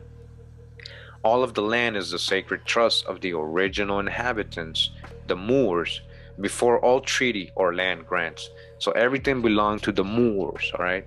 See how they just took all the land. It's mine, mine, mine. Everything is us. We everything. We own all the land. But what tied you to the land? Who? What ancestor? Can you show me? Tied you to this? That you're saying? Apart from Verdiacee, she has her history and genealogy. What do you have? You know, again, remember, Mr. Washington said these people are frauds. They're just using the name, creating a nation. And it sounds all good and everything, and they may have good intentions and everything, but Mr. Washington doesn't seem to think so. And that's Verdiacee's son. This very real and powerful distinction determines how we mold our spiritual consciousness, how we see time, calendar, and space. It is the difference between harmony and discord. In all our efforts, it is universal truth, therefore cosmic law. Washita is rising. All right, you know, so yeah, again, it sounds awesome, you know, and all power to anybody who's, you know, trying to get out of their straw man and create something, do something better, you know, get out of the corporation and stuff. And I just want to point out the phoenix is the imperial bird of the Washita Empire, huh? The phoenix. Remember the phoenix or the phenog in my Thoth Part 2 video. If you guys, you know, recommend go ahead and checking that out. Go back to that. That's all I'm going to say. And then the law of time.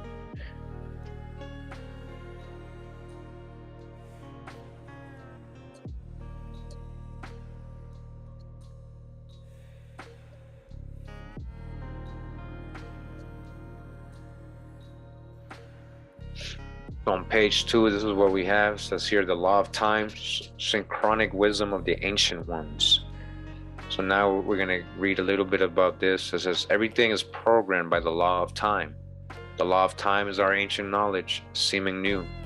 There has not been this level of new knowledge on a planetary scale through all of recorded history. The law of time has its base in the Olmec Mayan culture. Olmec Mayan culture now focus on all regions of our planet. The purpose of our Olmec Mayan culture, to plant the seed of the law of time, the knowledge of the Olmec Mayan time masters surpassed all knowledge. The basis of the knowledge of time is called the law of time. The law of time is not an invention. It has functioned since the origin of time. The law of time has governed all states of evolution. Trees are governed by the law of time, and the dolphins and the birds and all the species, they live according to the law of time. They live in the unconscious law of time. What we have here is that the law of time has become conscious. The law of time has put its nose above the waters and is now coming out of the water. As the law of time becomes conscious, this marks a great dividing line for ourselves. This dividing line is between the cosmic unconscious ones and the cosmic conscious ones, which are you. All right, so, all right, little philosophy there. I want to see where they get in the Olmec Mayan thing from, what codex or what exactly is. That would be interesting, so we can be able to go see that or for ourselves too. So, just like Topic I was saying, everybody's trying to go to 2000, 3000 BC, but where does that connect you? How do you connect to the Olmec and Maya? What ancestor can you show me that says, yeah, those are Olmec and Maya? We got to stop generalizing. All right, but again, we're just going to keep reading their information, because this is what we've been getting from Washitaw Muurs this whole time. It's the same lingo I always, whenever anybody wants to, bring it up or talk to me about it. And if I ever going to do a video on the Washita and everything, and, I've been holding back, and I just been reading. I'm like, okay, so all good. It all sounds good and everything, but we're at a point where now we're just trying to get specific. We're starting to do genealogy. Like Kyrie Irving said, find your tribe season. Let's stop generalizing and going back 1500 BC. Like that's all you and only you. You might have all different genealogies you're not aware of. But we're going to continue reading the information here. Again, ancient mound builders, and this is another part. So again, that's supposed to be the Washita, when that wasn't even a name. The Washita was not even a name here before Europeans arrived. Not a tribal name. And it was, the Washita, it was in a different area. And we're talking about the Washa, then that makes more sense. Who was really dealing with most of the French in New Orleans? And you're going to see in ancient maps, that was all Washa or Chawasha area. So they're talking about the mounds here. And again, they're saying the Notches and all these people are Washita. And here they have a Birthright Nationality. Are you Washita? It says in the United States Republic multi-district. In Prince Hutan Tupac Bay, declaration of religious name correction and nationality now granted by the Washita Provident Embassy.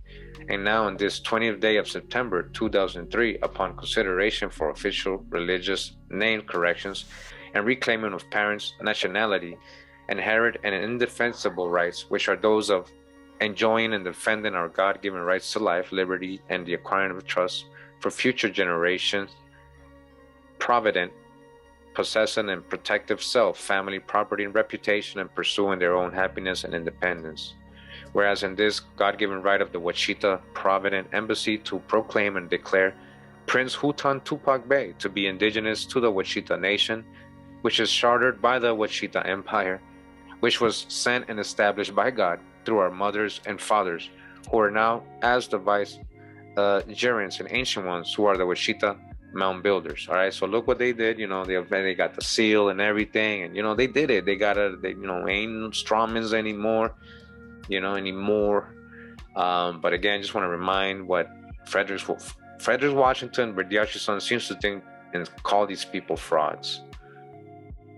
All right, this is the interview. All right, again, Unity Washita de Dunamayo Nation. This is another group. They're saying another group. We're gonna go back. All right, what does it say here? I'm not making this up. All right. Unity Washita, the Dumaya Moor Nation. Okay. So again, we got to grab all this information with a grain of salt sometimes and really start asking for sources and verifying what people are saying. Like, but how do you connect to the Olmec? How do you really, but what grandma? Okay, your grandma's Choctaw. Okay, your grandma, okay, so how does she connect to the, okay, well, let's see how, how so? And is that your only genealogy? We got, again, if so, let's try to prove it, right? Let's try to get there. Even you think it's not provable? How do you know it's not provable? How do you know? The reality is a lot of these people are not really doing their genealogy. And it's just easier to say, we the ancient ones, or we the aboriginals. It's the same thing.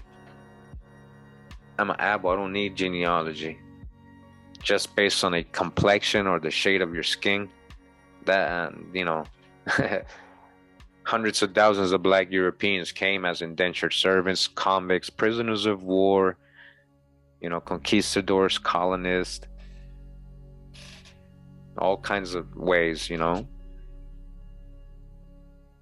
So again, we recommend you do your genealogy and not generalizing if you're going to be judging people. If you're not going to be judging people and you're cool, then, this one don't apply to you. We're talking about those people who always have this kind of like colonist conquistador mentality to always say, mine, mine, mine, mine, mine. Not yours, it's me, me, me, here, here, here. I'm the ancient one, not you. And yet, they don't got their genealogy done. They can't even tell them who their great-grandmas are, great-grandparents are. So on this Facebook page real quick, I don't have an account, so I just, found this online. Wanted to read this to you. So we got another perspective here, again, representing supposedly the Washitaw Nation.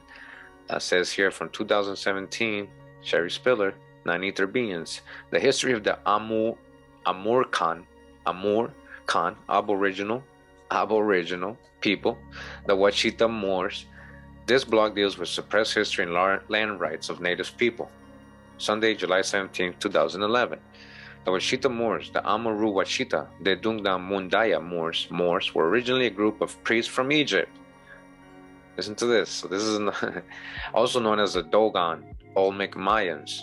The Dogon, The term Washita is a corruption of Ursata, the father and mothers of the mystics. In Egyptian, Ursata is Urashet, the winged sun disk, which symbolizes the highest knowledge, the pineal gland being open. Amuru is actually a corruption of Amaru, which is the root America. America is actually a corruption of Amenraka. It's strange how everything comes from Egypt. All right, so you see where they're taking it, right? Again, this is a person representing the Washita. Well, Egypt was once the capital of the world. In fact, the pharaoh gave the ancient Moabite, permission to settle Morocco, which is now North Africa. Now there, I just want to add why they had to settle Morocco and why they had to get permission. She's not telling the whole story. Because Joshua the robber, as they call him, kicked them out of the promised land because they were squatting. They weren't supposed to be there. So they had to get permission from the pharaoh, to settle in Morocco, Moabites. Is everybody a Moabite, if that's what Moors are? Which is now North Africa. Then that's when they got to North Africa. All right, so if you haven't checked out my old series on the No More Misunderstanding, my Moorish series back then, take a look at it. It's pretty good information, a whole different perspective on it. Back then we were just trying to prove certain things, but the information is still valid and still applies. And hey, nobody's been able to really, say anything about it other than get upset and take it personal. But again, it's just from their own words. Again, we're reading their information. This is what certain people teach others, and then this is the information that I get contacted with. Hey, but doesn't the Washita, aren't they ancient priests from Egypt? Aren't they the Dogon and Olmec? And I'm like, where'd you get that? Well, I read it somewhere, and there's some book. I'm like, where's this book? Well, I'll find it. I'll try to find it for you, Kurimeo. I'm like, okay, you go ahead and do that. Let me know when you find that book. And it never happens. So let's continue. It says here, the Moabites migrated to modern day America and called her Al Morocco, which is another root for the word America. So they're saying the Moabites named this land, right? The last of the Al-Moroccan government fell in 1956 with the abolishment of the consular court, when black people accepted civil rights over their natural rights as natural persons. Here's a definition of consular court: a tribunal convened by public officials who reside in a foreign country to protect the interests of their country for the settlement of civil causes based upon situations that happen in the foreign nation, and which is held pursuant to authority granted by treaty. The 1787 Morocco Treaty of Peace and Friendship was that treaty. All right, so this is what they're using, the famous Treaty of Peace and Friendship. A consular court exercises criminal jurisdiction in some instances, but its determination are reviewable by the courts of the home government. The last of the U.S. consular courts of Morocco was abolished in 1956. All right, so that's, you know, the philosophy. I just want to read that so I can show you guys different Washitaw Moorish perspectives. All right, so right now we're just gonna go ahead and keep getting more information from other members of the Washitaw Moorish Nation. This case would be the Moorish Jamashi Empire. It says here, who is Emperor Khufu? We're gonna read something he wrote, a decree, you know, I guess for the government. You know, he was putting them on notice and stuff. You know, you guys that understand this lingo know what I'm talking about. So I just wanted to show you, you know, the person right here. You know, that's the person, I guess, who is the Emperor Khufu. Okay, and that document that just passed by, we're gonna go to that document and read it a little bit and just see what they're saying, because it gets pretty interesting, the information in it. You know, I'm not gonna lie, it gets pretty interesting. I want to be able to see if any of it is historic, what is misconceptions, what is conjecture, what is added stuff. Right, it gets pretty interesting. We already read some pretty interesting info, what they're saying when we're talking about French nobility and, you know, the Marquis, Maison, Rouge, and these land grants. And who is this Marquis Rouge, and could it be really the French royal family? You know, so this is the document we're gonna go to right now. All right, so I just found these documents, just surfing the wave, you know, just putting certain keywords together, you know, Washitaw Moorish, you know, Verdiacee, King Louis, and things started popping up, right? So I found this. I had these links for a while now. I've been wanting to do this video, just didn't know how to like really approach it. I'm just like, let me just do it this week, get it over with, and just put the information out there, and then we can make better sense of it and organize it a little better and see what can we see and what connections we can make. And it's, again, not just to prove people wrong, but to just get a real history, you know. Now it says here, Continental Moorish Jamashi Empire, Imperial Grand Assembly for the Emperor. Then it says this, you know, begin all acts, breathing and thinking by saying, Kulum al Horlet, Master of Darkness, Universal Traveler, Samhure. So Master of Darkness? I don't know. Maybe I shouldn't have repeated that. Oh man. Now ye all mothers and sons that before me, myself, Khufu, Ranub, Sodok, Samson El, Red Eagle, Thunderfire, Samburre, a child of the infinite cosmic light, a son of the light, a son of the flame, triple darkness, appeared a darkness man, figure of the night, with a head, hands, and feet of flame, glowing, and perpetuity and infinitum. Darker than darkness, stood the great figure, dark in flame, with a darkness not of the night. Speak the word that must be obeyed by way of the dweller of Unal, that brings about life. And it says, O Master of Darkness. So I don't know who they're talking about here, man. Guide of the way from life unto life. You know, MHOE for me, most high over everything, but let's go. Enforce the imperial royal bloodline for the triumphant Sun Man, Emperor, Monarch, Inri, verified divine true sovereign crown prince, eighth Marquis de Maison Rouge. There goes Marquis. So he's saying he's the 8th in line. That's what he's saying, from Marquis de Maison Rouge. For the sovereign country, state, Continental Moorish Jamashi Empire, and His Imperial Majesty Royal Post. I just want to emphasize again, this is a French noble, supposedly. So it's not, they're not getting this land because of Indians. They're using their French part, their European part. So far, right? Awaken, O flame that burns ever inward, flame forth and conquer the veil of the night. Then in the midst of the flames and the darkness grew there one, Samhu Ameni Re, that drove forth the night, flaming, expanding, ever brighter, until at last was nothing but light. See my own soul as it grows in the light, free now forever from the Lord of the night. That's a nice poem, man. I mean, if it's not, it's a nice little poem, but it's cool, man. You know, to each his own, and you know, respect everybody, what they believe in and what they, you know, pushing. Again, we're just trying to make this, because you know that's what we do in my channel. Try to see what we can find historically, other than just he said, she said. Now, it says here again, Imperial Royal House of Samson El Sambure for the Continental Moorish Jamashi Empire Imperial Royal Kingdom, Nama Neburian Al Moroccan Moorish Jamashi American Native Amuru Washita Moor de Dungda Hung Mundi. He's repping them too. Olmec Kingdom Nationals American State Citizens. Nunc pro tunc, now we're going to talk Latin a little bit, right?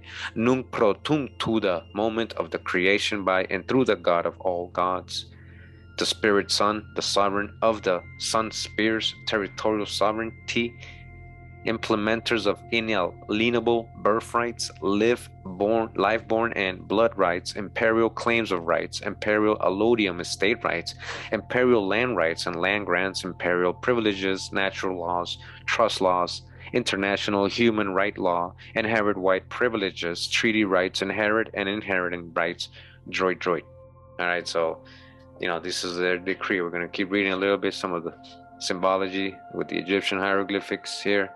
We know ancient Egypt was here, so we ain't got a problem with that, I guess. All right, so again, a lot of pages, you know, it just keeps going, and it repeats a lot of the stuff on and on. You know, his title, who he's down with, again, the Neburian, Nuwabian, Neburian, that's from Malachi York. Al-Moroccan Moorish, that's Moorish signs, and Jamashi American name, that's from the Duanda Mondia. Olmec Kingdom National American State Citizen, a citizen. The Moor for the Imperial Royal House of Samson El Samhurre, and the Moor of the Imperial Royal House of Tunica Thunder Fire. The Moor, they're both more and more. And I know this is from the, I've seen this in Malachi York's in drawings and symbology in his book, The Holy Tablets, which I read completely. So I'm pretty hip to what was being said there. And here we go again with the old master of darkness, guide of the way from life unto life, enforce all territorial sovereignty, privileges for the Imperial Moorish Empire via the Imperial Moorish Al-Moroccan Amexem Empire royal and national flags, and the trusteeship office of the Moorish Grand Vizier Chair for the Imperial Moorish Al-Moroccan American Empire from me, myself, Khufu Ranub Sodok Samson El Red Eagle Thunderfire, Samhu Re, a child of the infinite cosmic light, and it goes on. But I just want to see how, you know, what they're repping here. All right, some more. Says the Imperial CMYE government for the Republic USA, Imperial Indigenous Matriarchal Council, Imperial CMYE government executive council guidelines and procedures, and it has these symbols right here. Right, so they start talking about how they created, you know, their nation here, the sovereign state Yamasee Native American government, Inag via Mount Arafat Embassy, and the sovereignty aboriginal status for the sovereign state United Washita de Dung da Mondaya for the indigenous Imperial Washita Nation, for the great creative oneness that brought Amaru wa Shashaktung Washita Moors de Dungda. Yeah, it just keeps going, you know, but it's very informative, I guess, and very declarative, right? Very specific, and a lot of info repeated many times just to get the point across. Then it starts talking about the grants here. It says the supreme sovereignty, heritage, imperial allodium, estate rights for the Amaru Washaktung Washita Moors de Dungda Mondaya throne has been affirmed and verified by the Spanish and the French, as well as the British, pursuant to the imperial Spanish land grants of 1762, 1763, 1795, and 1800, and also the lawful sovereign royal heir to the royal crown of France, the Bourbons, Kingdom of France, and the Bonaparte Empire of France, Gr. Pure de Washita, set in a little tank from the Marquis de Maison Rouge, heir to the throne. Not just a little tank, and he wasn't the only French. you guys were mixing with. And the lawful sovereign royal heir foreign of royal bloodline, Puck Kuche, the Bourbon estate, also known as the Empire International Estate for the Bourbon Habsburg Empire, which includes the Netherlands, Western Europe, Belgium, Luxembourg, Switzerland, Germany, Italy, Sicily, Naples, Sardinia, Spain, and Portugal. I just want to emphasize that, you know, this literally is telling you that they're related to King Charles, Charles V, right? Charles V, Catholic, Holy Roman Catholic.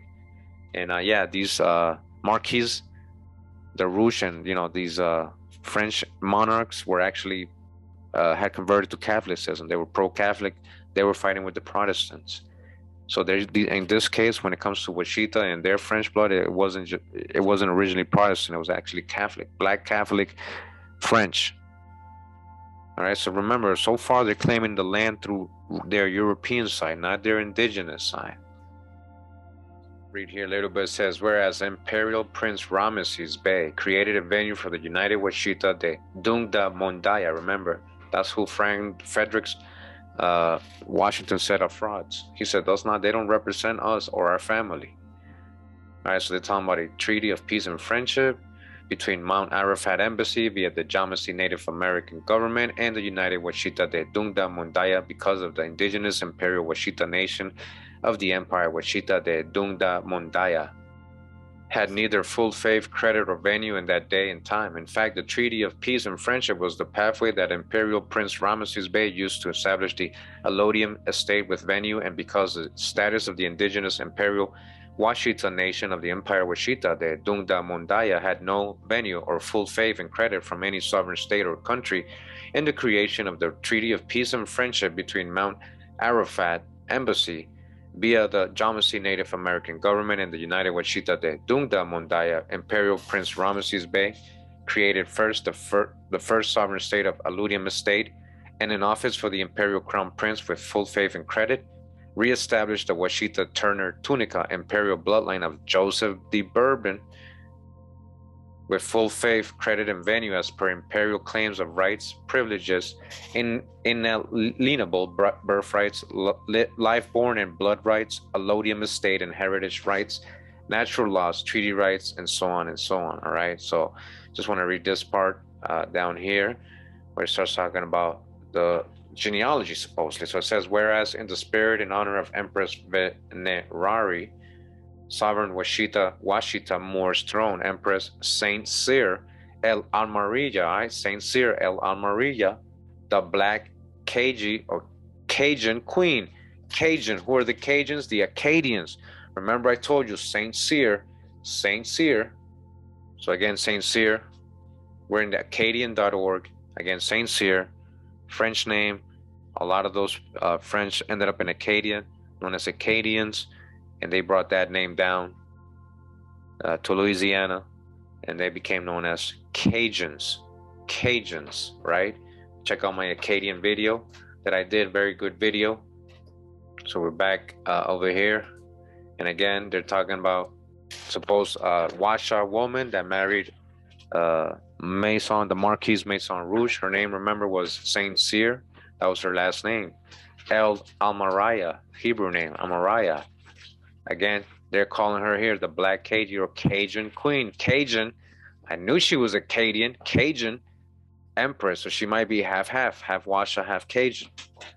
Empress Delphia Kim Washita Washington, and Empress Verdiacee Tiari Washita Turner Gossanel Bay for Washitaw Washita Moor de Dungda Mondaya, who ordained the International Declaration of Washita Moor Sovereignty. All right, so remember, according to Frederick Washington, Verdiacee's son, they're not a part of them.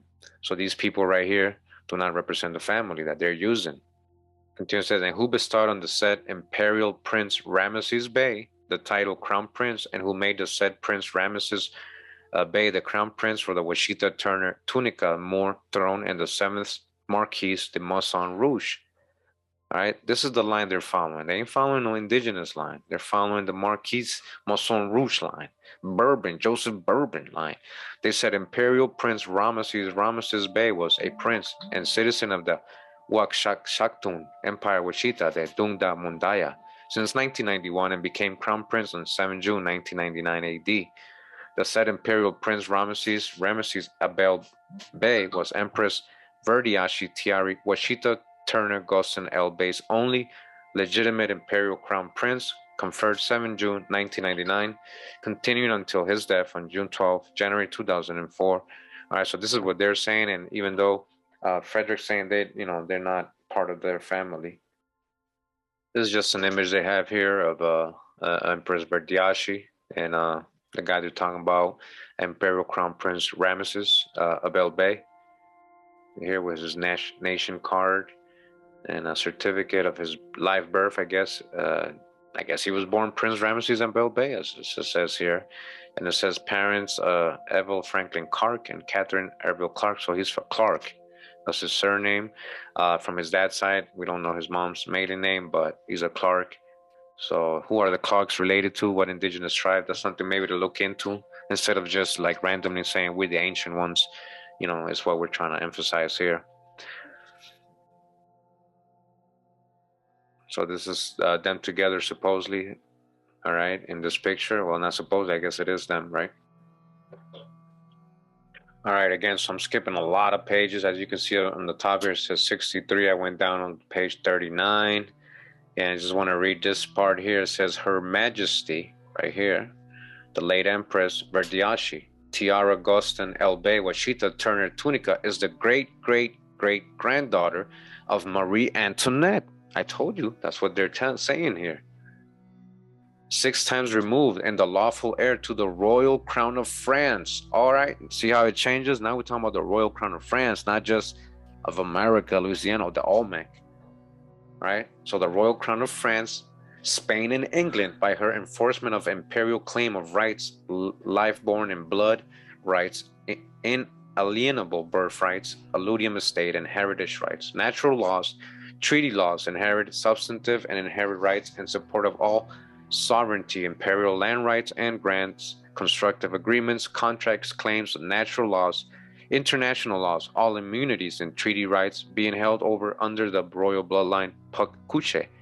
Empress Verdiacee Tiara Washington Turner Goston El Bey enforced imperial claim of rights to the following imperial land by and through the royal bloodline, the Bourbon Estate, also known as the Imperial International Estate of the Bourbon-Habsburg Empire, which includes the Netherlands, Western Europe, Belgium, Luxembourg, Switzerland, Germany, Italy, Sicily, Naples, Sardinia, Spain, Portugal, and most of the Americas, as they say here, as you guys can see in the demarcation lines again. But I just want to read that, how he's saying basically that Verdiacee's third great-grandmother is Marie Antoinette, the famous Marie Antoinette that got murdered during the French Revolution.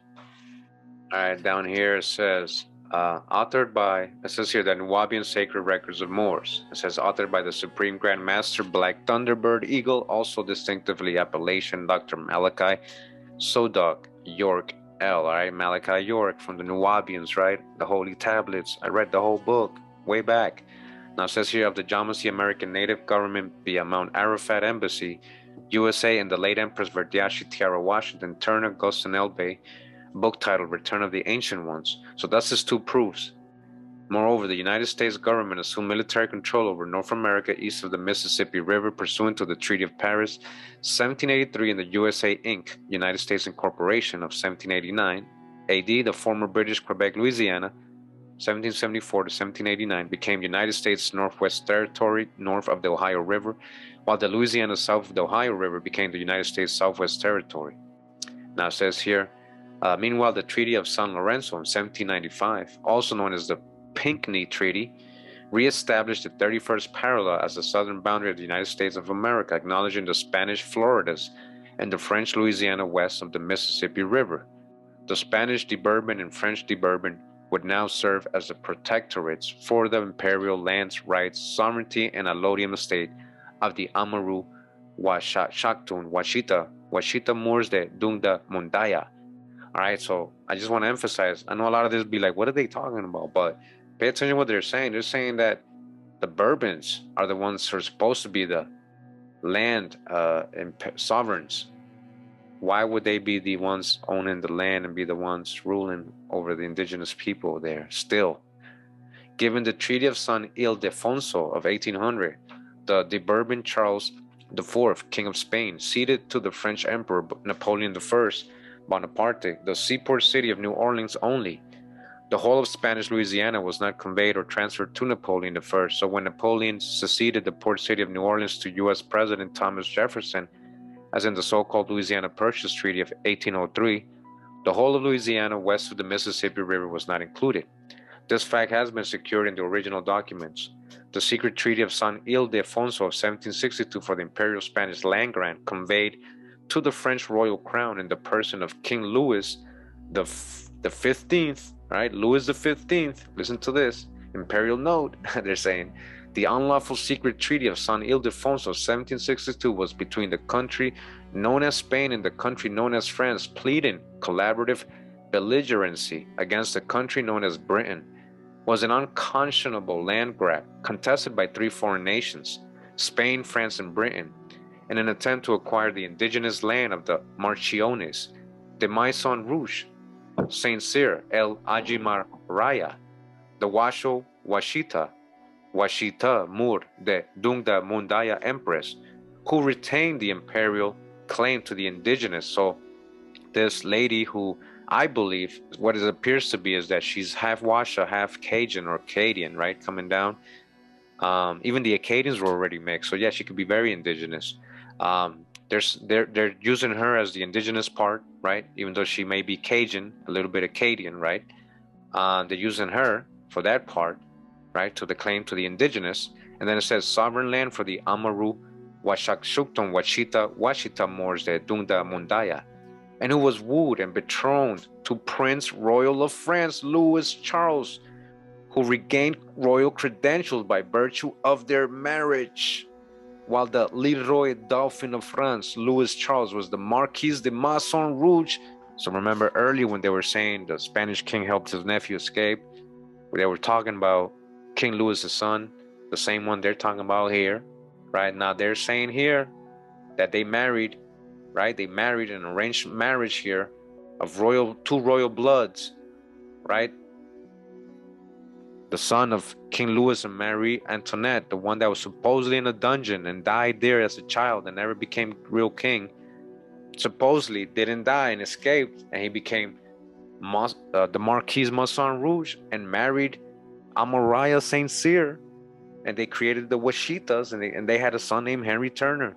We're gonna verify all this stuff. Does it all match up? Does the timelines make sense? What's going on?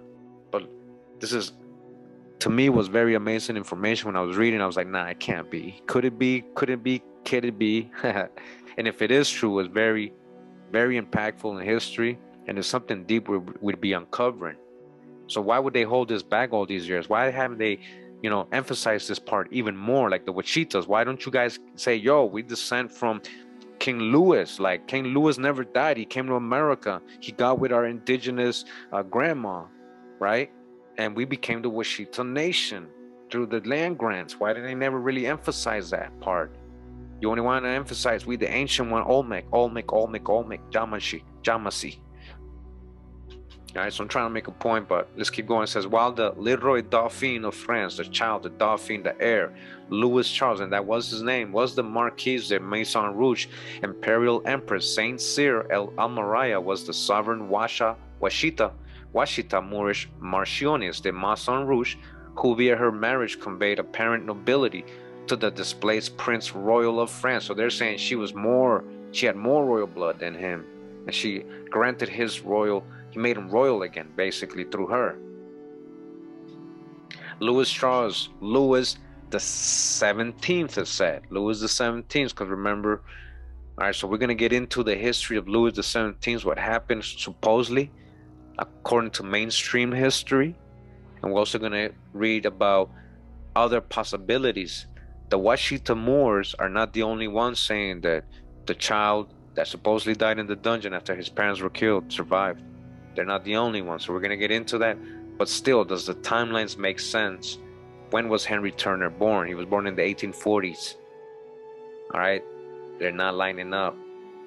We're going to try to put it all together in the next parts. Make sure you tune into the whole series.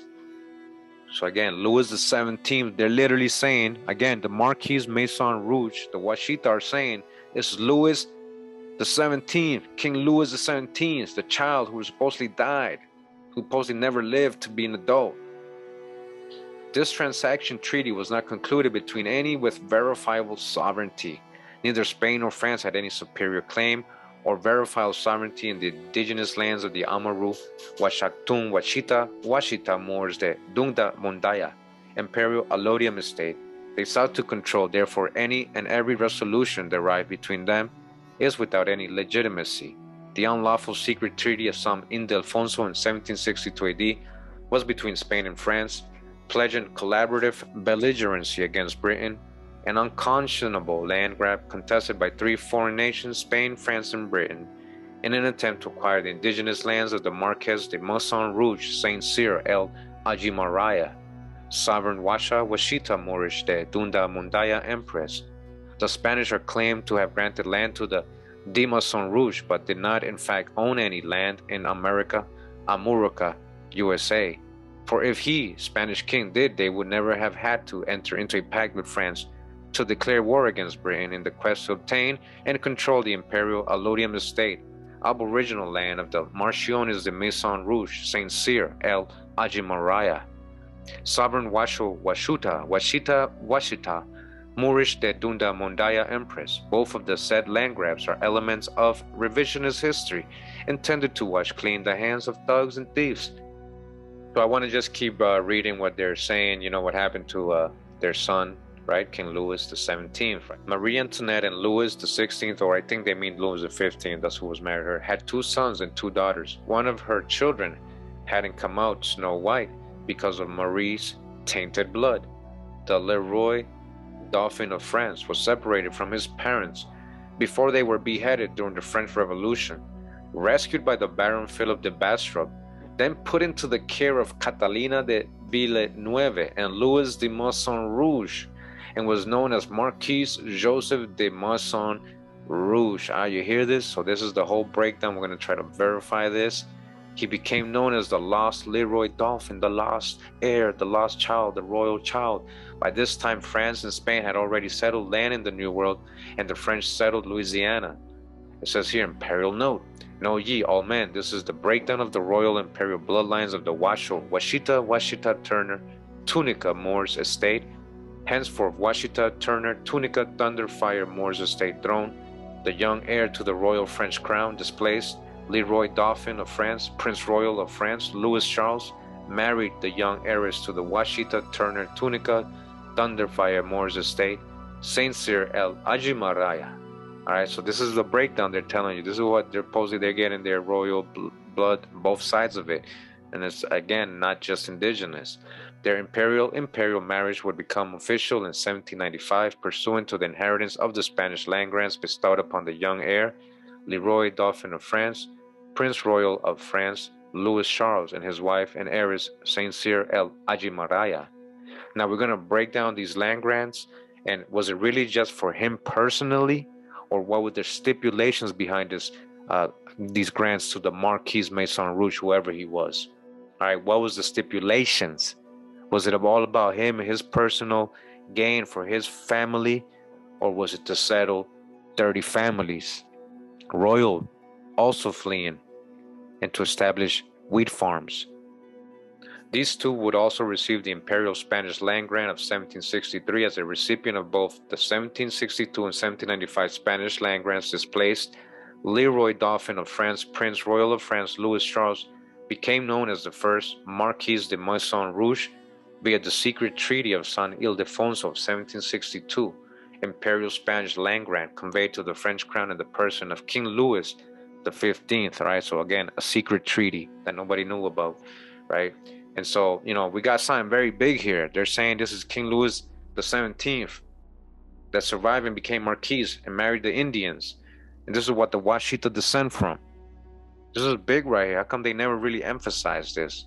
Were they just trying to keep it a secret so they wouldn't get in trouble? Or would they think nobody would believe? Or would they thought this was a white man? I bet you they thought this was a white man. So-called white man. So even historically, this is very controversial to even like entertain in mainstream, right, history, but it could be a possibility. Why not? This is something we could definitely dig into more. We are going to. But do the timelines and all this make sense? It sounds all good right now in paper with no sources. I just want to emphasize again, I've been doing almost more, well, it's getting close to 2 hours, almost 2 hours, and you know, and so far, we've been reading a lot of information and stuff, and we're hearing them talk about who they are and everything. And I just want to ask everybody, where's all the sources in genealogy? The Imperial Spanish Land Grant of 1763 and the Treaty of San Lorenzo in 1795, also known as the Pinckney Treaty, acknowledging the Spanish Floridas, USA, and the French Louisiana, USA, both serving as the Bourbon and protectorates of the sovereignty imperial indigenous lands for the Amaru, Washington, Washitaw Muurs, the Dunda Mundoya estate.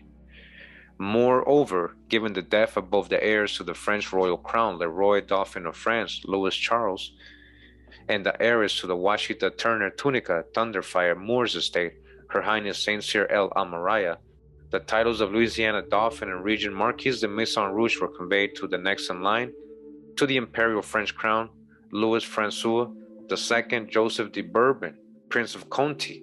All right, see how they say they didn't give to Henry right away? It went to somebody else. And he was in 1734 to 1814. Now look at the timelines. The son of Louis Francois I de Bourbon, Prince of Conti, the daughter of Elsir Maria and Leroy Dauphin of France.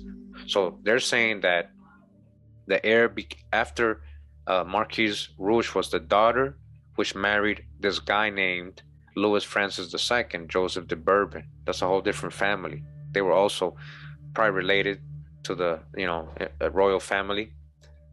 So they're saying their daughter married him. He became, the heir. So they was to be wed to Joseph de Bourbon, Prince of Conti, a second daughter of Saint Cyr, Ella, Maria, and Louis Charles, or the Marquis, right? Lulia Daniel was to be wed to French nobleman Louis Boligny Garrison. You see that? That's where the garrisons come in. Louis Boligny Garrison. All right, so they just mentioned Mahalia Garrison right here. Who's Mahalia Garrison? She's the mom of Delphine Kims, who was the former empress before Verdiacee. Okay, and then so they just mentioned her parents, Louis Bologna. Here he goes, Bologna, the Bologna family, and Lula Daniel Garrison. Go back to the article. Basically, let me break down what they just said here. So they say they had two daughters, right? Two daughters. So this King Louis XVII, aka Marquis Maison Rouge, and Saint Cyr Amaraya had two daughters. One daughter married the Bourbon guy, Louis Joseph de Bourbon, Conti, Prince of Conti. All right. Through them is going to come Henry Joseph Turner. We're going to read that. And then they had another daughter, right? Another daughter who married or was to wed the French nobleman Louis Boligny Garrison. So again, a second daughter of Saint Cyr Almaria and Louis Charles, the Marquis, right? The King Louis, which is Lulia Daniel, was to wed the French nobleman Louis Boligny. All right, so Lula right here. So she's a daughter. So this proves what I'm saying, that the timelines didn't match. Henry Turner was not like the son of the Marquis, but maybe a grandson. Unfortunately, Ancestry has not provided me those hints, because that would match them up to, they don't want black folks being linked to Europeans. That will link them right into them. Now it says here, with the death of Louis Francois II Joseph de Bourbon in 1814, his eldest son, Henry Joseph Turner, inherited the Maison Rouge estate. So again, but right here they're letting you know that that's his grandson. They were skipping a generation. Why would they be skipping a whole generation? And most of these websites and all the info, even on the Empress book, the ancient ones, she just said Marquis, my son, is the dad, and Henry Turner is so they left the whole generation now. So it seems like he's more of a grandson. Just 3 generations here. So the Marquis, or King Louis, had a daughter who is the mom of Henry Joseph Turner through Louis Francis Joseph de Bourbon. That's his dad. So he became Henry Joseph Turner. And I guess he took on the Turner last name instead of the Bourbon. So he became the second Marquis de Maison Rouge. It says Louis Francis II, Joseph de Bourbon, Prince of Conti, and Annie Marie, that's her name, the daughter of his mom, the Empress of the Washita Turner Tunica Thunderfire Moors estate throne, birthed Henry Joseph Turner, who became the recipient of the 1762 and 1795 imperial Spanish land grants. The third Marquis de Maison Rouge, Henry Joseph Turner, the third Marquis de Maison Rouge, Mahalia Garrison, the eldest daughter of Lulia Daniel and Louis Boligny Garrison, became the next empress of the Washita Turner Tunica Thunderfire Moors estate throne. Mahalia Garrison married William Bill Kim's Badger, and from this union will come their eldest son, Isham Washington. So that's not their son because they're not Washingtons. I'm going to show you the tree. They kind of made a mistake there. Delphine Kim's is their daughter, who married Israel Washington.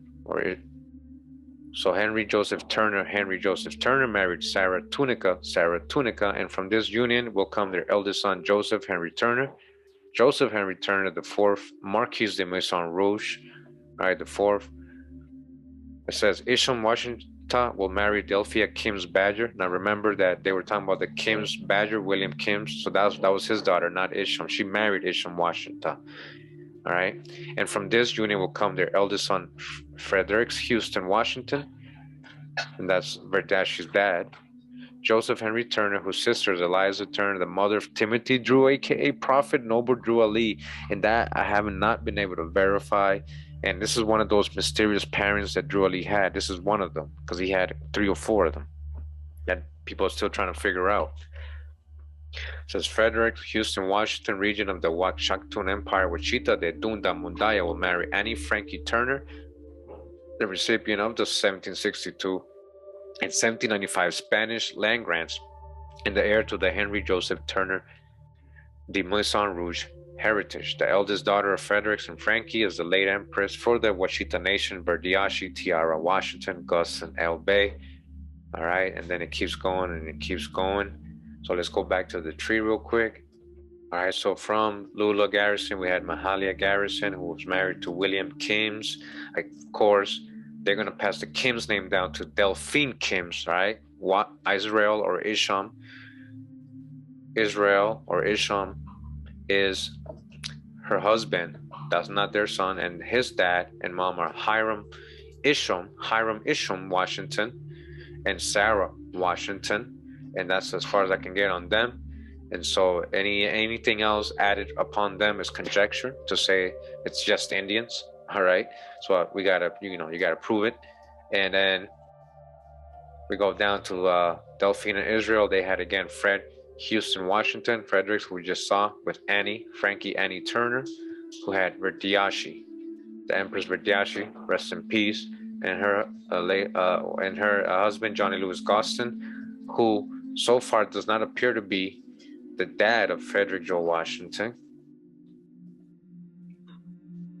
I haven't been able to add a father yet, and for some reason no hints pop up. But that's the genealogy so far that we can verify. Now we're gonna get to Joseph Turner and Henry Turner and Sarah Turner right here.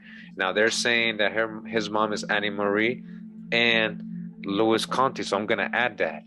We'll see what we get. All right, so I noticed something when I added the name. As you guys can see, I added the name. I got some hints. But right away, I noticed something. I don't know if you guys noticed it right away. What do you guys notice about these two? Well, I'll tell you right away. Well, the timelines don't match. Remember, Louis de Bourbon died in 1814. I got Henry Turner being born about the 1840s, which makes more sense. All right, this is more down this line. Sarah Turner, all these people, they're dying in the 1900s. This is a different time period. Okay? So remember what they told us here in this article, and they're wrong. It says here, with the death of Louis Francis II, Joseph de Bourbon in 1814, his eldest son, Henry Joseph Turner, inherited the Maison Rouge estate. That cannot be his son because Henry Turner was born in the 1840s. You understand what I'm showing you here? They're incorrect with this. So let's go back to the tree, as you guys can see. So they might be skipping at least two more generations. So whatever's connecting Henry Turner or their Turners with the inheritance of the Maison Rouge, they still don't know. They're skipping generations. Okay? Now, another thing I want to point out is that his supposed mom is Anna Marie, which is the daughter of King Louis and Saint Cyr Amaraya. It's supposed to be the daughter that he wed to have Henry Turner. Now, that don't make sense. Let me explain to you why. Because King Louis, who they're saying is the one that is Marquis Maison Rouge, King Louis. All right, so obviously dodged the hijack with the whitewashing, but King Louis XVII, who this person on that article was saying is the Marquis Maison Rouge, he was born, according to history, March 1785, and he died at 10 in the dungeon. He never lived. Remember, his parents were in. Let me just read a little bit here. It says Louis XVII, born Louis Charles. Louis Charles, that's who they're saying is Marquis Maison Rouge. Let's go back. So again, as it says here, the Dauphin of France, the heir or the child of the king, Louis Charles, and the heiress Washita Turner, Saint Cyr Almaraya, they're the ones who were supposed to have had the daughter Annie Marie, who married Louis II Joseph Bourbon, right? But again, Louis XVII or Louis Charles, aka Marquis Maison Rouge, as they said it was born in 17. He was only 10 in 1795. He was only 10 in 1795. How could he be Louis Francois Joseph Bourbon II's father-in-law, right? If he was only 10 years old in 1795. Look at the years for Louis Bourbon. 1734. He was born way before him. How can this old man be marrying his daughter? So the timelines and what they're writing is not making sense historically. That's probably why people don't take a lot of these people seriously, because they know they're messing up historically. They still might be right about them being heirs and descending from certain people, but they probably most likely are skipping generations and don't know the story fully, what's going on here.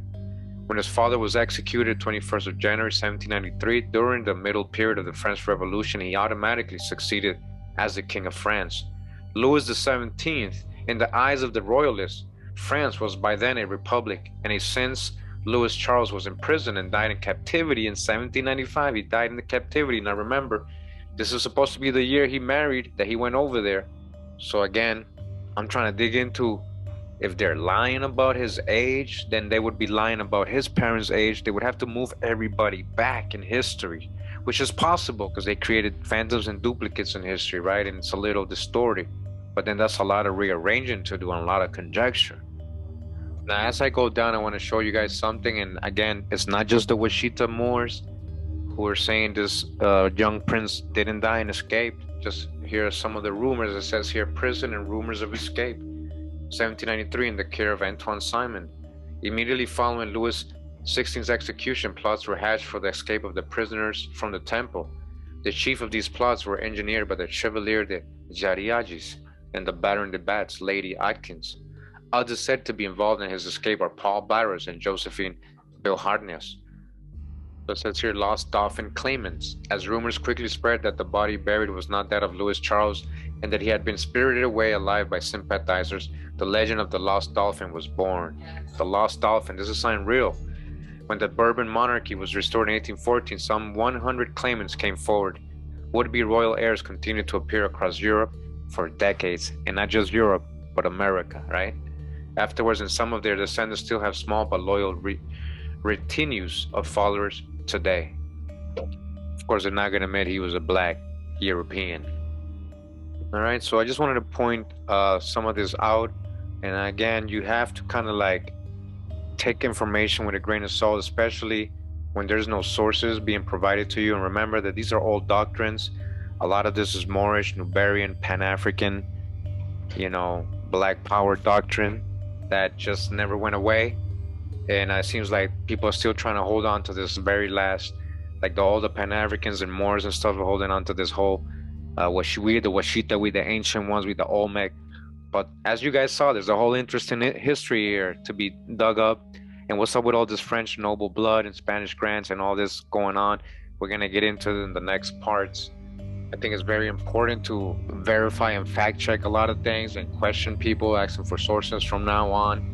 I just want to mention that, as I mentioned in the beginning of the video, I did get in contact with people who said they knew the family and the Washitaw Muurs Nation, and they would help me try to get them on this presentation and help me with the genealogy, and so I can be able to help them questions and ask them some inconsistencies maybe they didn't notice before, just like these things, like about Henry Turner's parents. The timelines are not making sense, and King Louis and the Marquis, Maison, Rouge, the timelines for them, their ages, that's also not making sense. We're going to show more of that in the next parts. But I just wanted to emphasize and say that I did reach out to them. According to what the people told me, they knew them personally, very closely, a lot of different people. And one of them told me, he literally came back and said, no, they don't want to do it. So this is one of the things I wanted to ask them. Maybe they can help me out. Maybe I can help them out with, and it wasn't to come at them, but I mean, if it's such a big oral tradition being passed down, I'm sure they're right about most of it. It's just how they're trying to link it to, and only how they're trying to go only with Indigenous, and how, they're the ancient ones and nobody else. That's more like an abo thing. So, you got to fact check everything. Hope you guys kind of understand where I'm going with this in this series. All right, so before we leave today, I just wanted to go ahead and come back to the book Return of the Ancient Ones, the true history of uncovered of the Washita, the Dungda Mondaya Empire, Empress Verdiacee of the Black Washita Empire. All right, just want to read here. It says chapter 3. The Black Cajun or Cajun Queen. All right, Cajun. Check out my Acadian video. Who are the Cajuns? Were they just Indians and white people? No. We know these include a lot of Black, French, Acadian, Huguenot descendants. It says here, she was sure enough Black, even more Cajun. She was more Cajun than so-called Black. Grandmother was more than a queen. She was the Empress of the Washita de Dunda Mundaya. She'd properly laid her imperial hands on me and pronounced the prophetic words. You are the one. 32 years ago, for 7 years, she primed me over the telephone. She would never have that personal one-on-one conversation. She was dead after 117 years on this earth. She was truly an ancient one. The living legend was gone. She had given up this old world knowing I had returned. All right, so, according to her, they lived 117. That's very long. So, wow, that's amazing too, And you're going to see, she's going to say it, not just her, but more people in her family. It says here, the planned visit and secret conversation could never be made. Who would tell me what she could not tell me over the telephone? I must have that knowledge if I am to accomplish the purpose she laid out to me. Without the knowledge, without my grandmother's well-kept secret, the Caucasians may forever hold sway over our land. They see fit to make treaties with the Indians and didn't make any with us. But I thought you were Indian too. She might be Native American, right? These nomads did not claim ownership of the land. They had no government. Did my Cajun or Cajun old grandmother give up the ghost to make a token between us? Whereas I would sharpen my wits a bit to figure it all out. I smelled at the thought of her Cajun, Calypso, idiosyncrasy. This woman left me a legendary fortune if I could only work out the puzzle. All right, it's still a puzzle for her. I sat down and wrote a memorial of her for me. And this is her memorial. Delphi Kim Washington, Washita, born in the Washita de Duamunda, 1850, like when she was born. Lived a full life of ancient one. Died in 1967 at the age of 117. Bridged the gap for the return of the originals, return of the ancient ones to the Washita de Dugamundaya. She was the legend on the scene, a Black Empress, Acadian Cajun queen. She wanted it revived as a memorial for a people of her native idiom. Her own empire, the Washita de Dunda Mondaya. Her consanguinity, the Washita Turner Tunica family. This woman engineered her sons to marry Turner women of the Washitaw Nation. All right, they were purposely married into certain families.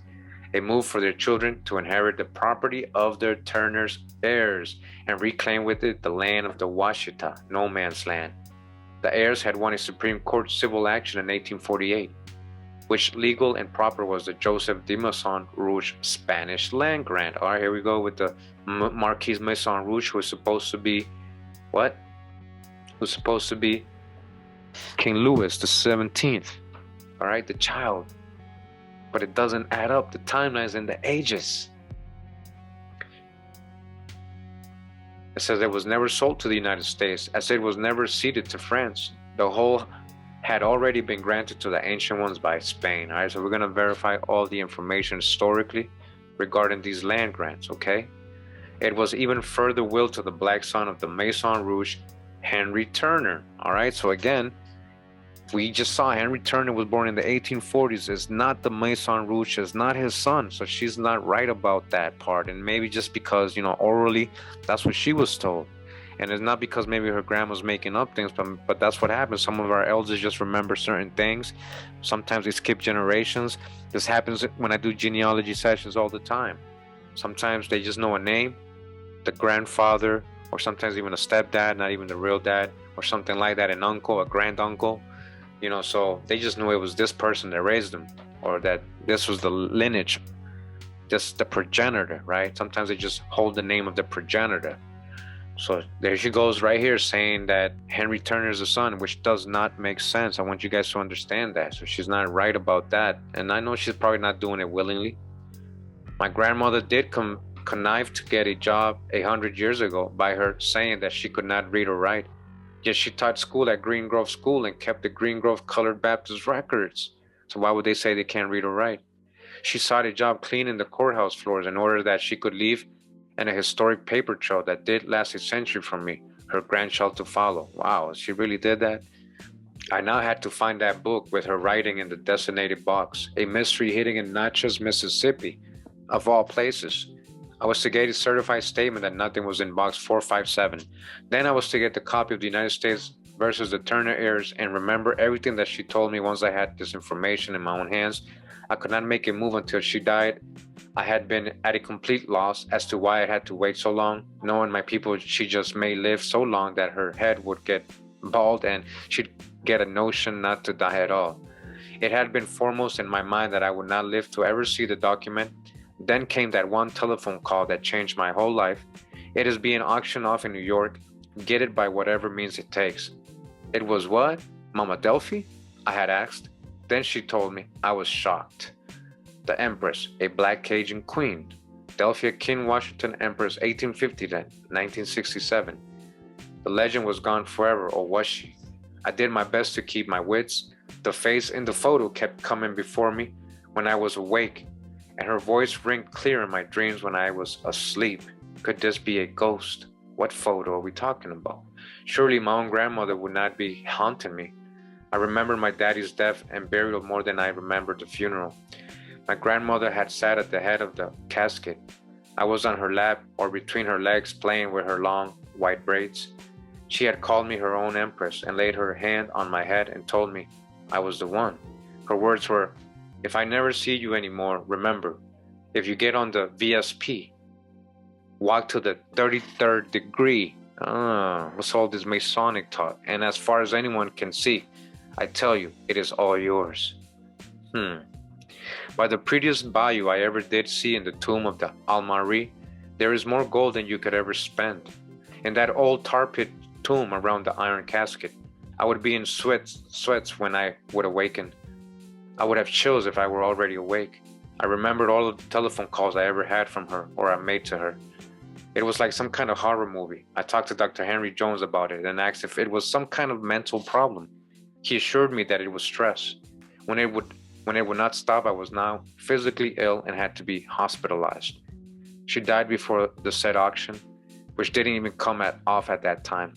I vowed that I would find it if it existed anywhere on this earth. If she by any means was true and these three things existed, I could prove her points. I would free a land that belonged to a black nation, so-called black. Nat Turner refused to be a slave. He'd rather be buried in his grave. Henry Turner was dead. Joe H. Turner was dead.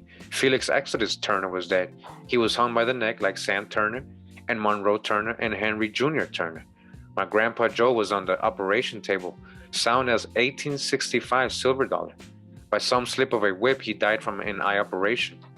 After a doctor asked his daughter, was he Joe Henry Turner from Louisiana? All right, so there's a conspiracy here going on. Maison Washington was sent to Liberia in chains. He went to Liberia in chains for his twin Isham, my daddy's papa, who they tried to burn up. He made a clean getaway, and when they held his succession in an illegal Washita parish, said court, when they found out that he was not dead, they strung ropes around his neck on the said parish hanging tree. Grandpa Washita was sure enough tough as the leather you sharpen your straight razor on. His neck stretched like an Indian rubber. The hangman's rope broke. Gramp fell to the ground, whistling for old Paint, who pranced to the rescue. So he called his horse.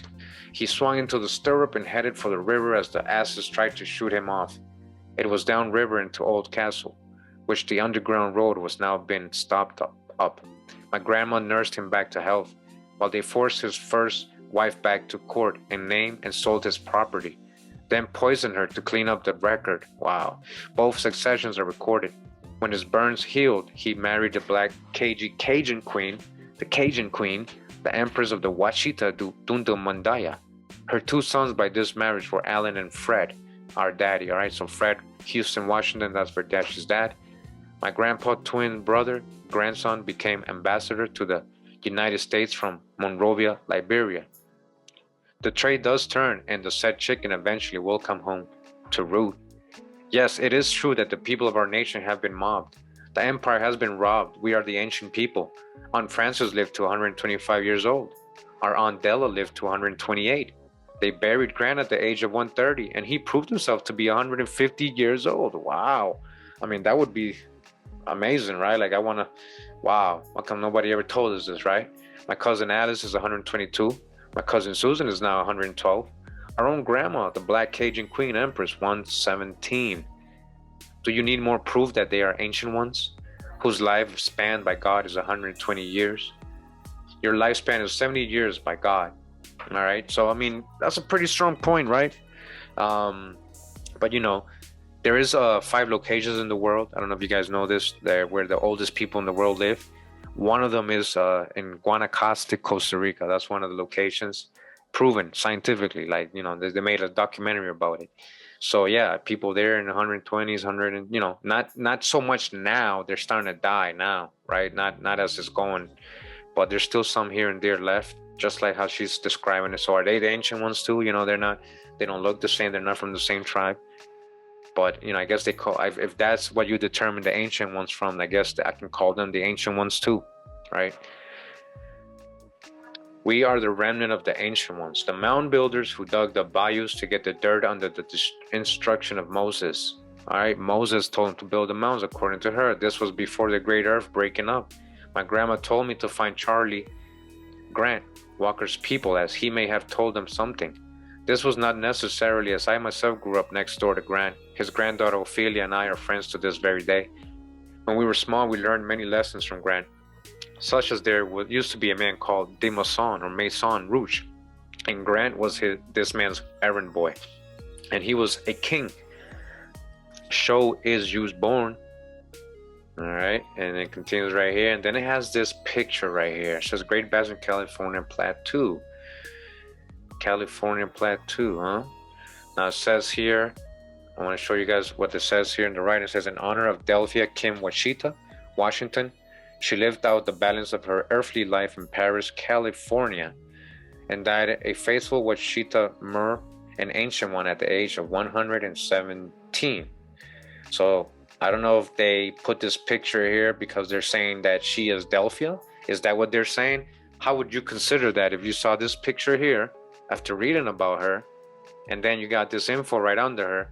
So it's almost like indicating that this is her, right? Look at that hat, you know, I'd be like, oh, like this, you can't really tell, right? It's a very bad picture. Now, when I first saw this picture, I said to myself, I recognize this lady, this woman. Is she really the same one as they're picturing here? I was amazed. I was like, wow, I have that picture in color, I think. So I looked for it. You know, I didn't know the name. I didn't know anything. I just put woman, and I went through all my pictures of indigenous women, and I finally found it. And it's right here. She's all the way here on the right. Let me zoom in, as you guys can see. Now I want to show you something. All right. According to this, the info that I had received in different websites was that this person is called Coop, and she's a Cayuse tribe woman. Cayuse are mainly up there in the Northwest, Oregon, Washington State. The Cayuse. Now, as you can see, I colorized the picture, and she is copper colored, brownish skin, dark complexion, right? Copper colored. And she got this hat. And as you guys can see, it says here, Cub, Cayuse tribe. Mr. Morehouse is the photographer. Mr. Morehouse is the photographer. So I kind of like said, maybe I'm wrong. Maybe they're hiding something and they're hiding her. Right, so I dug some more. Right, so I put Cayuse tribe, Cool, Morehouse, see what I get. And I was able to find her again. Right here, as you guys can see. This is from the Grandeur Historical Picture Archive, and it says Cayuse woman, cooped. That's not Delphia. That's not Delphia. I'm not sure why they had that person right there. I'm gonna show you guys another picture of this lady here. As you guys can see, that's her from another angle as well. All right, with the same hat. Okay. All right, so here's a side and side comparison of the one in the book, as you guys can see, and the one I colorized. It's the exact same person. Okay, this is a Cayuse tribal woman. All right, this is not Delphia, as it says here, in honor of Delphia Kim Washita. That's not her. So I don't know if that's what they were intending to do. I don't know if they just made a mistake and didn't realize, or if that's what they have in their family wall and they've always thought that was Delphia, or if this is a big, huge conspiracy. But that would be my conjecture. That would be a huge conspiracy and something interesting to uncover, basically, that this is Delphia and they lied and put her all the way in Oregon and gave her another tribe and another name, so nobody will ever link it to Delphia. But that's just me doing conjecture. And honestly, you know, I was able to find this one. And then Lee Morehouse is actually a real photographer, and he was mainly in Oregon. He's an Indian agent, it says here, of the Umatilla Indian Reservation, a photographer from 1888 to 1916. He produced over 9,000 images, which document urban, rural, and Native American life in the Columbia Basin, particularly Umatilla County, Oregon. All right, he's not in Louisiana, Mississippi, or that area. This is who that's in that picture right here, as you guys can see it in black and white. All right, this is the same one they have in the book. And come back to the book, and you know, that's what they have here. So I don't know, I'll leave that up to you guys. You know, it's just a lot of the things don't match up. There's a lot of conjecture being used, Pan-African, Moorish doctrine, and a lot of things that are not matching up. And like just like this picture right here. We're gonna get into these grants, stipulations. What was it for? Why was Maison, the Marquis Maison Rouge, getting land grants? Who was he? Where does he come out historically? You know, we're going to get into all that. Hope you guys enjoyed this first part. Again, this is not to come at anybody. We're just trying to be clear. And no more generalizations, misconceptions, conjectures, Pan-Africanism, Moorish doctrine a lot of the time. Unfortunately, it sounds bad, but you know, a lot of the time it's just doctrine. When you ask for sources, there is none. As you guys can see, we went, you know, long in this video, and we read a lot, we heard a lot, but a lot of the time there is none that it can say, yeah, you know. But specifically, a lot of these people cannot connect themselves. Like, who's your great-grandparents? Show me who are your great-grandparents. Again, shout out to Top Cat and Phoenix Moon for reminding people this is what people are doing all the time. You know, you got to get past that, right? I'm glad others are saying it, not just me. I'm glad to be back, guys. I got mad videos coming. You know, I'm going to, now that I broke the ice with this, I'm going to be able to go further with it. And also other topics I got coming. It was a tough, pretty busy last 2-3 weeks for me. But I'm kind of have more time now again to re-upload the videos and everything. So here we go. Stay tuned for very good content coming again. Welcome to all my new subscribers. Thank you for sticking around, to the old ones and the support, and for sticking around in this video. Much love and respect. Pura vida. Awa.